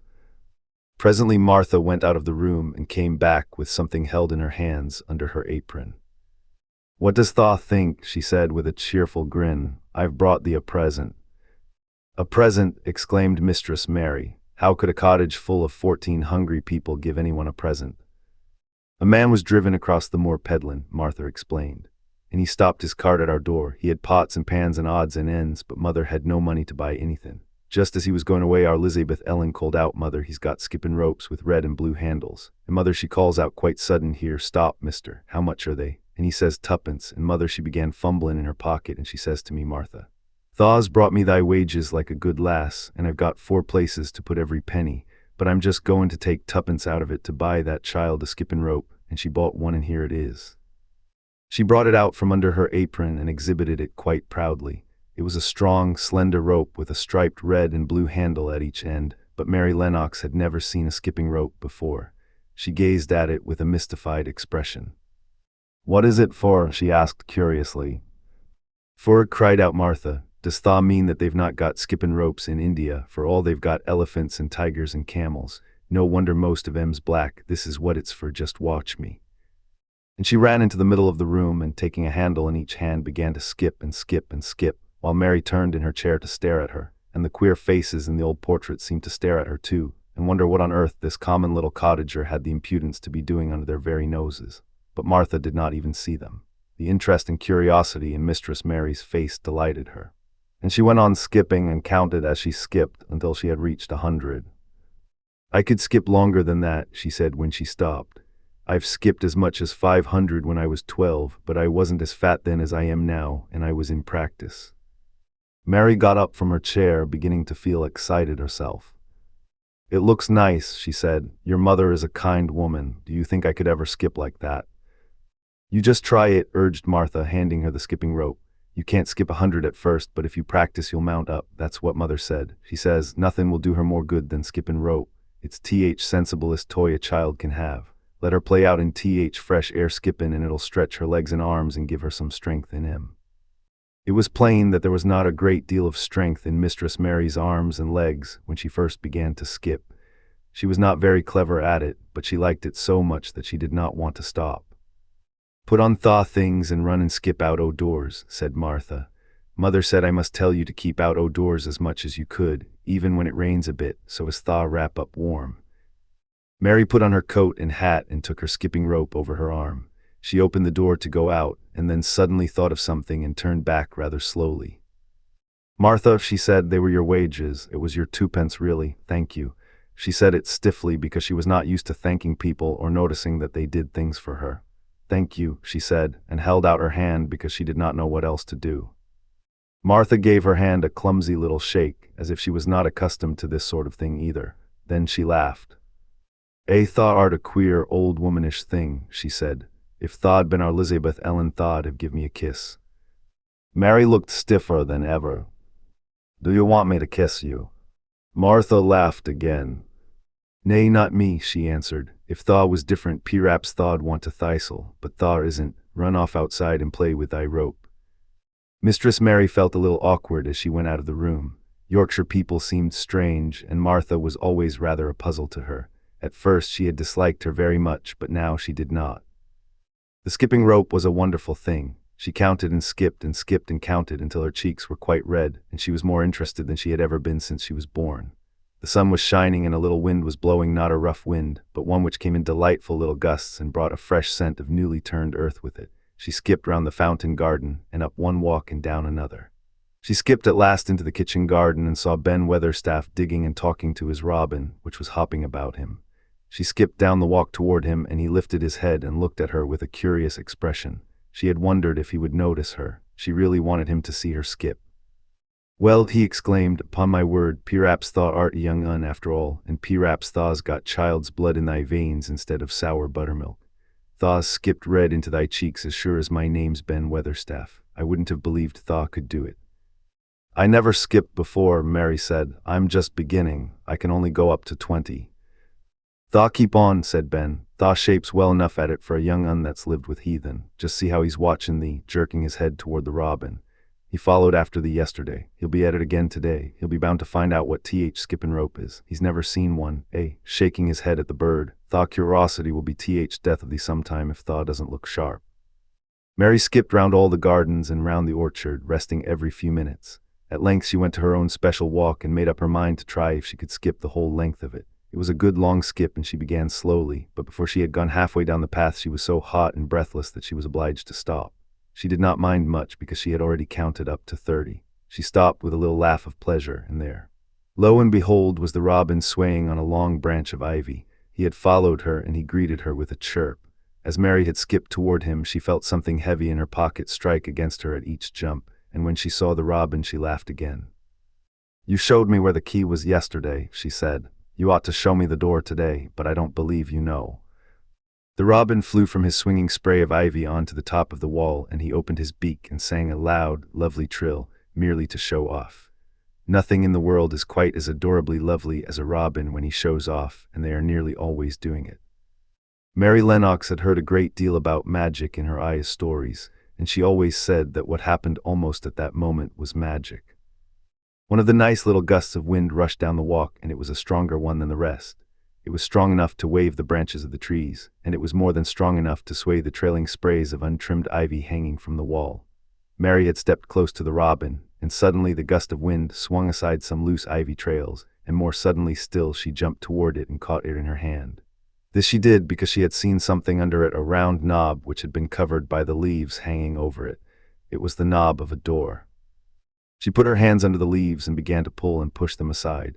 Thick as the ivy hung, it nearly all was a loose and swinging curtain, though some had crept over wood and iron. Mary's heart began to thump and her hands to shake a little in her delight and excitement. The robin kept singing and twittering away and tilting his head on one side, as if he were as excited as she was. What was this under her hands, which was square and made of iron, and which her fingers found a hole in? It was the lock of the door, which had been closed 10 years, and she put her hand in her pocket, drew out the key, and found it fitted the keyhole. She put the key in and turned it. It took 2 hands to do it, but it did turn.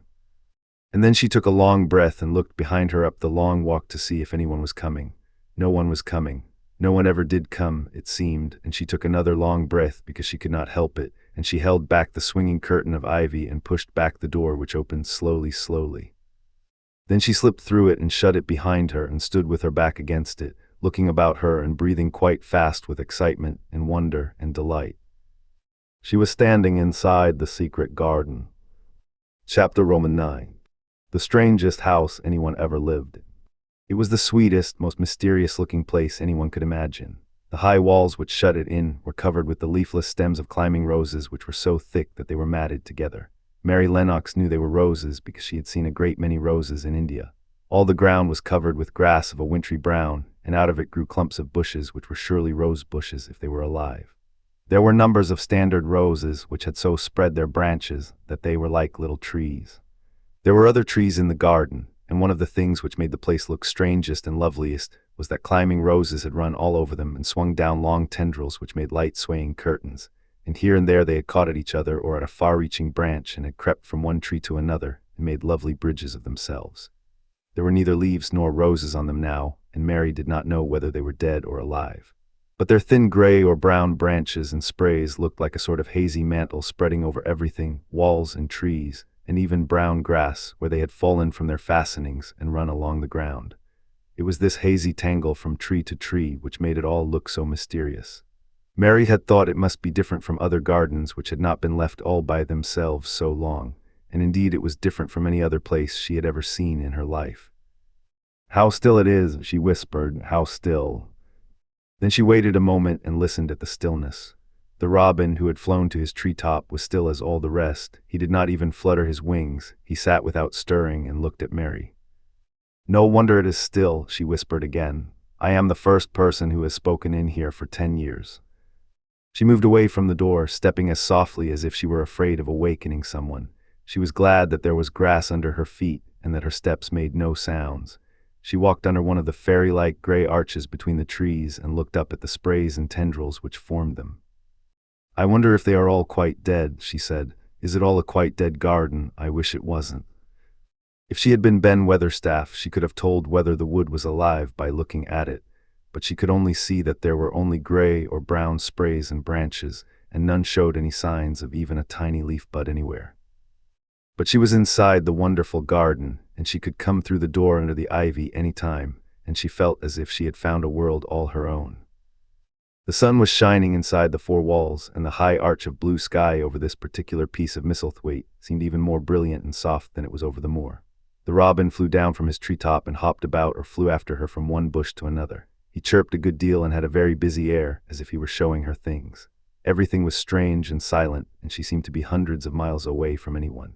But somehow she did not feel lonely at all. All that troubled her was her wish that she knew whether all the roses were dead, or if perhaps some of them had lived and might put out leaves and buds as the weather got warmer.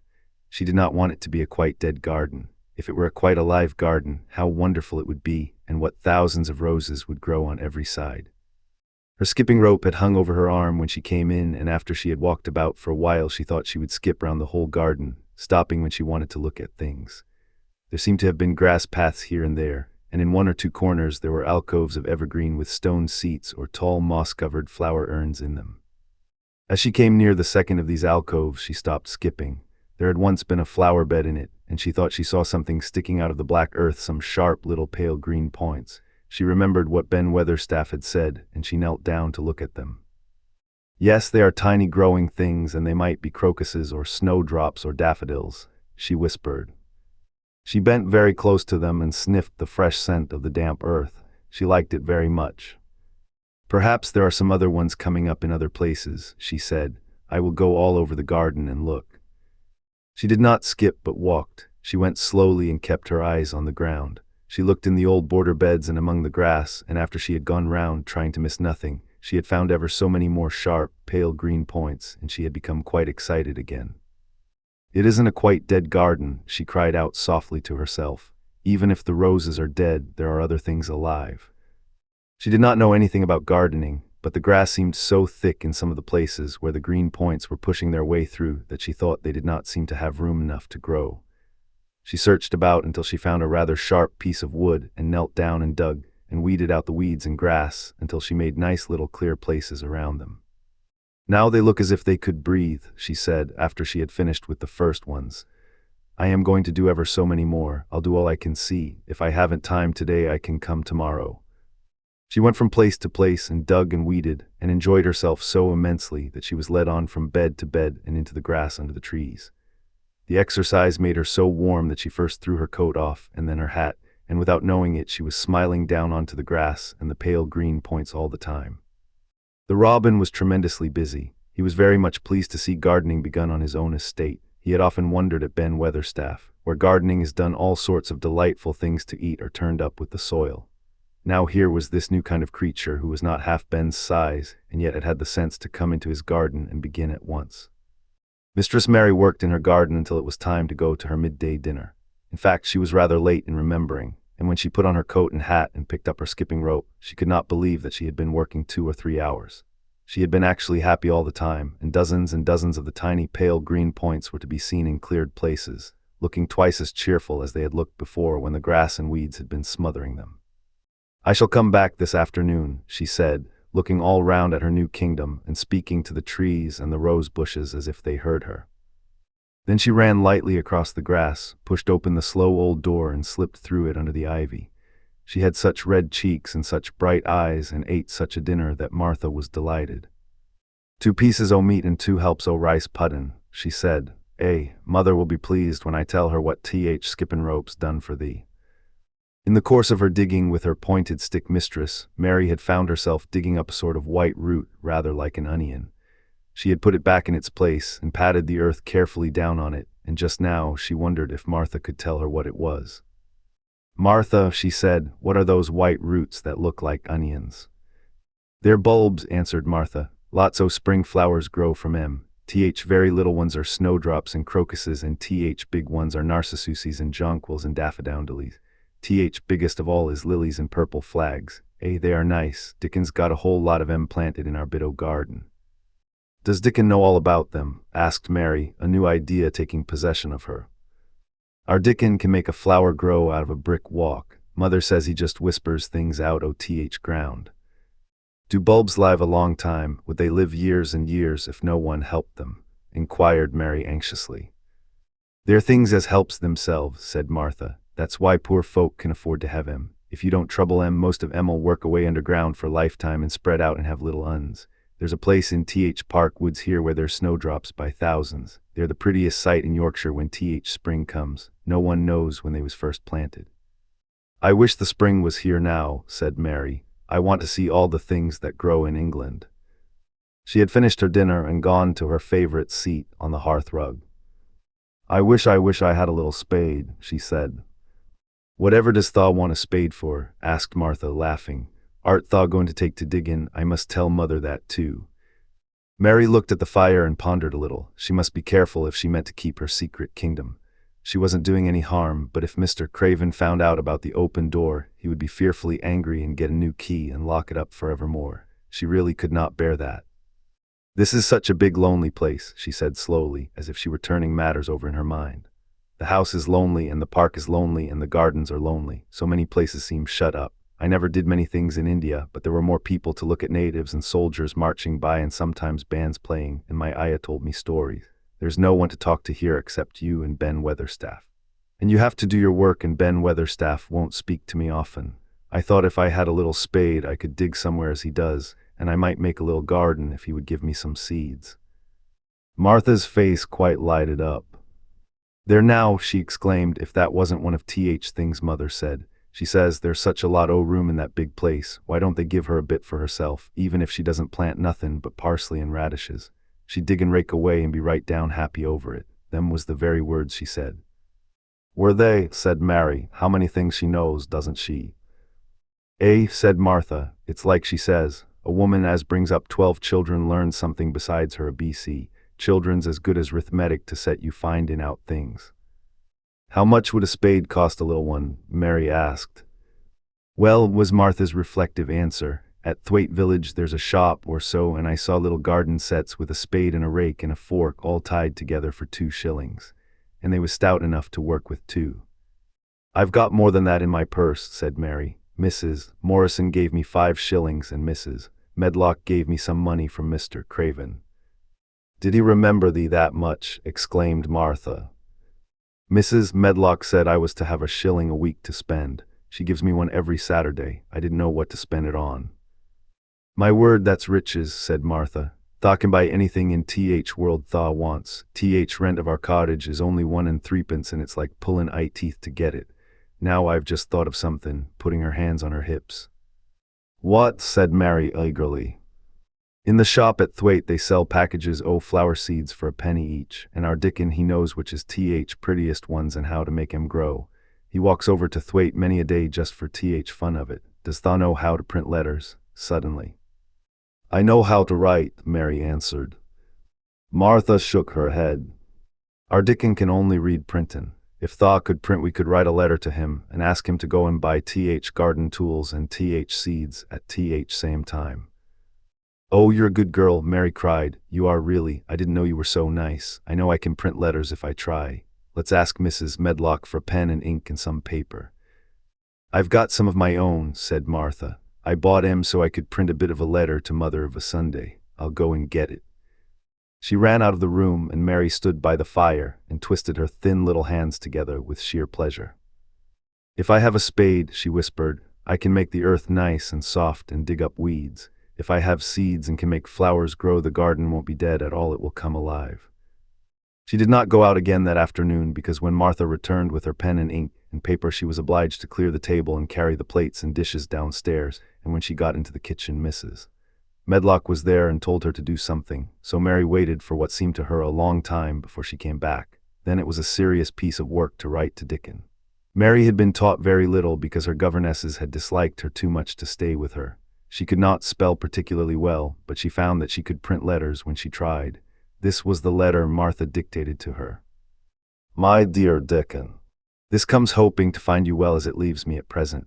Miss Mary has plenty of money, and will you go to Thwaite and buy her some flower seeds and a set of garden tools to make a flower bed? Pick the prettiest ones and easy to grow, because she has never done it before and lived in India, which is different. Give my love to mother and every one of you. Miss Mary is going to tell me a lot more so that on my next day out you can hear about elephants and camels and gentlemen going hunting lions and tigers. Your loving sister, Martha Phoebe Sowerby." "We'll put the money in Th envelope and I'll get Th butcher's boy to take it in his cart. He's a great friend o' Dickon's," said Martha. "How shall I get the things when Dickon buys them?" asked Mary. "He'll bring 'em to you himself. He'll like to walk over this way." "Oh," exclaimed Mary, "then I shall see him. I never thought I should see Dickon." "Does tha want to see him?" asked Martha suddenly. She had looked so pleased. "Yes, I do. I never saw a boy foxes and crows loved. I want to see him very much." Martha gave a little start, as if she suddenly remembered something. "Now to think," she broke out, "to think o' me forgettin' that there, and I thought I was goin' to tell you first thing this mornin'. I asked mother and she said she'd ask Mrs. Medlock her own self." "Do you mean?" Mary began. "What I said Tuesday. Ask her if you might be driven over to our cottage some day and have a bit o' mother's hot oat cake and butter and a glass o' milk." It seemed as if all the interesting things were happening in one day. To think of going over the moor in the daylight and when the sky was blue. To think of going into the cottage which held 12 children. Does she think Mrs. Medlock would let me go? She asked, quite anxiously. Aye, she thinks she would. She knows what a tidy woman mother is and how clean she keeps the cottage. If I went, I should see your mother as well as Dickon, said Mary, thinking it over and liking the idea very much. She doesn't seem to be like the mothers in India. Her work in the garden and the excitement of the afternoon ended by making her feel quiet and thoughtful. Martha stayed with her until tea time, but they sat in comfortable quiet and talked very little. But just before Martha went downstairs for the tea tray, Mary asked a question. Martha, she said, has the scullery maid had the toothache again today? Martha certainly started slightly. What makes thee ask that? She said. Because when I waited so long for you to come back, I opened the door and walked down the corridor to see if you were coming. And I heard that far-off crying again, just as we heard it the other night. There isn't a wind today, so you see it couldn't have been the wind. Eh, said Martha restlessly.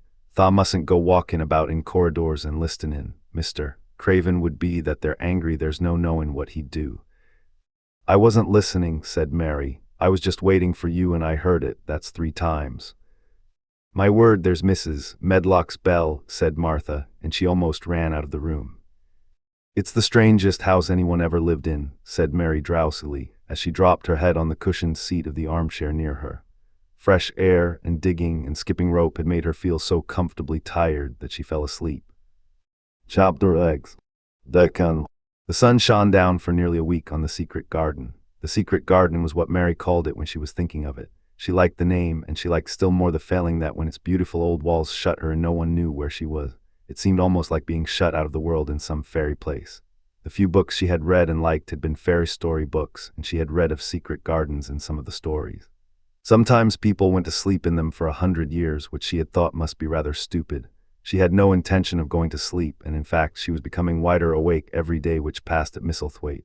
She was beginning to like to be out of doors. She no longer hated the wind, but enjoyed it. She could run faster and longer, and she could skip up to 100. The bulbs in the secret garden must have been much astonished. Such nice clear places were made round them that they had all the breathing space they wanted, and really, if Mistress Mary had known it, they began to cheer up under the dark earth and work tremendously. The sun could get at them and warm them, and when the rain came down it could reach them at once, so they began to feel very much alive. Mary was an odd, determined little person, and now she had something interesting to be determined about. She was very much absorbed indeed. She worked and dug and pulled up weeds steadily, only becoming more pleased with her work every hour instead of tiring of it. It seemed to her like a fascinating sort of play. She found many more of the sprouting pale green points than she had ever hoped to find. They seemed to be starting up everywhere, and each day she was sure she found tiny new ones, some so tiny that they barely peeped above the earth. There were so many that she remembered what Martha had said about the snowdrops by the thousands, and about bulbs spreading and making new ones. These had been left to themselves for 10 years, and perhaps they had spread like the snowdrops into thousands. She wondered how long it would be before they showed that they were flowers. Sometimes she stopped digging to look at the garden and tried to imagine what it would be like when it was covered with thousands of lovely things in bloom. During that week of sunshine, she became more intimate with Ben Weatherstaff. She surprised him several times by seeming to start up beside him as if she sprang out of the earth. The truth was that she was afraid that he would pick up his tools and go away if he saw her coming, so she always walked toward him as silently as possible. But in fact, he did not object to her as strongly as he had at first. Perhaps he was secretly rather flattered by her evident desire for his elderly company. Then also she was more civil than she had been. He did not know that when she first saw him she spoke to him as she would have spoken to a native, and had not known that a cross, sturdy old Yorkshire man was not accustomed to salaam to his masters and be merely commanded by them to do things. "That like Th. Robin," he said to her one morning when he lifted his head and saw her standing by him. "I never knows when I shall see thee or which side thou'll come from." "He's friends with me now," said Mary. "That's like him," snapped Ben Weatherstaff, "macking up to Th. women folk just for vanity and flightiness. There's nothing he wouldn't do for Th. sake o' showing off and flirting his tail feathers. He's as full o' pride as an egg's full o' meat." He very seldom talked much and sometimes did not even answer Mary's questions except by a grunt, but this morning he said more than usual. He stood up and rested one hobnailed boot on the top of his spade while he looked her over. "How long has Thaw been here?" he jerked out. "I think it's about a month," she answered. "Thaw's beginning to do Misselthwaite credit," he said. "Thaw's a bit fatter than Thaw was and Thaw's not quite so yeller. Thaw looked like a young plucked crow when Thaw first came into this garden. Thinks I to myself, I never set eyes on an uglier, sourer-faced young un. Mary was not vain, and as she had never thought much of her looks, she was not greatly disturbed. I know I'm fatter, she said. My stockings are getting tighter. They used to make wrinkles. There's the robin, Ben Weatherstaff. There indeed was the robin, and she thought he looked nicer than ever. His red waistcoat was as glossy as satin, and he flirted his wings and tail and tilted his head and hopped about with all sorts of lively graces. He seemed determined to make Ben Weatherstaff admire him, but Ben was sarcastic. Either Thaw art, he said. Thaw can put up with me for a bit sometimes when Thaw's got no one better. Thaw's been reddening up thy waistcoat and polishing thy feathers this 2 weeks. I know what Thaw's up to. Thaw's courting some bold young madam somewhere, telling thy lies to her about being finest cock robin on Missile Moor and ready to fight all rest of him.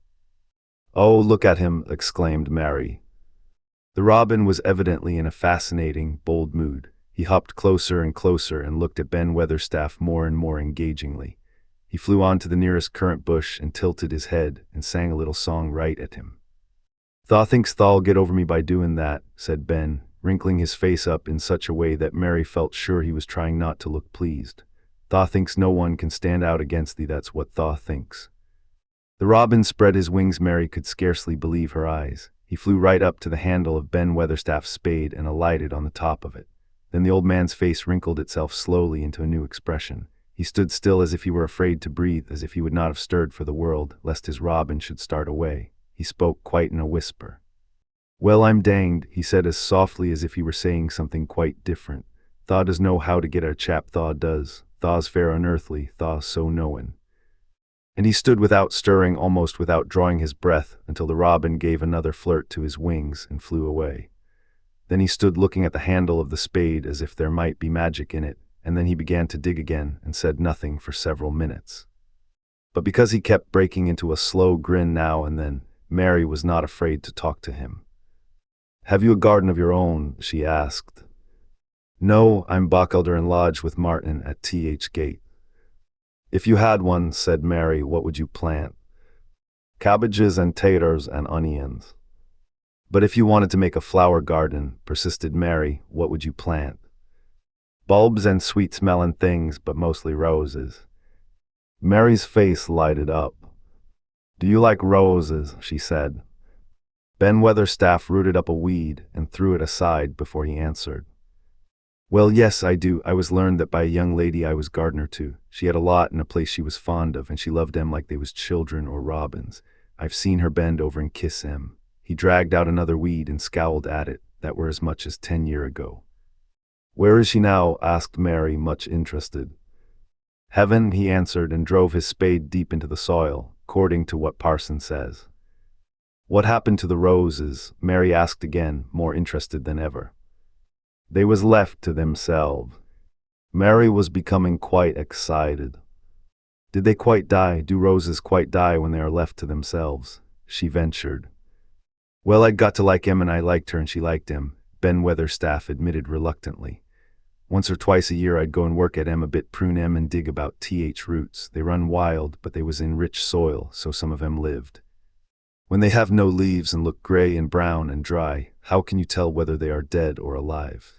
Inquired Mary. Wait till spring gets at 'em, wait till sun shines on rain, and rain falls on sunshine, and then thou'll find out. How, cried Mary, forgetting to be careful. Look along twigs and branches, and if Thaw sees a bit of a brown lump swelling here and there, watch it after warm rain and see what happens. He stopped suddenly and looked curiously at her eager face. Why does Thaw care so much about roses and such all of a sudden? He demanded. Mistress Mary felt her face grow red. She was almost afraid to answer. I want to play that I have a garden of my own, she stammered. There's nothing for me to do. I have nothing and no one. Well, said Ben Weatherstaff slowly as he watched her, that's true, Thaw hasn't. He said it in such an odd way that Mary wondered if he was actually a little sorry for her. She had never felt sorry for herself. She had only felt tired and cross because she disliked people and things so much. But now the world seemed to be changing and getting nicer. If no one found out about the secret garden, she should enjoy herself always. She stayed with him for 10 or 15 minutes longer and asked him as many questions as she dared. He answered every one of them in his queer grunting way, and he did not seem really cross and did not pick up his spade and leave her. He said something about roses just as she was going away, and it reminded her of the ones he had said he had been fond of. "Do you go and see those other roses now?" she asked. "Not been this year. My rheumatics has made me too stiff in joints."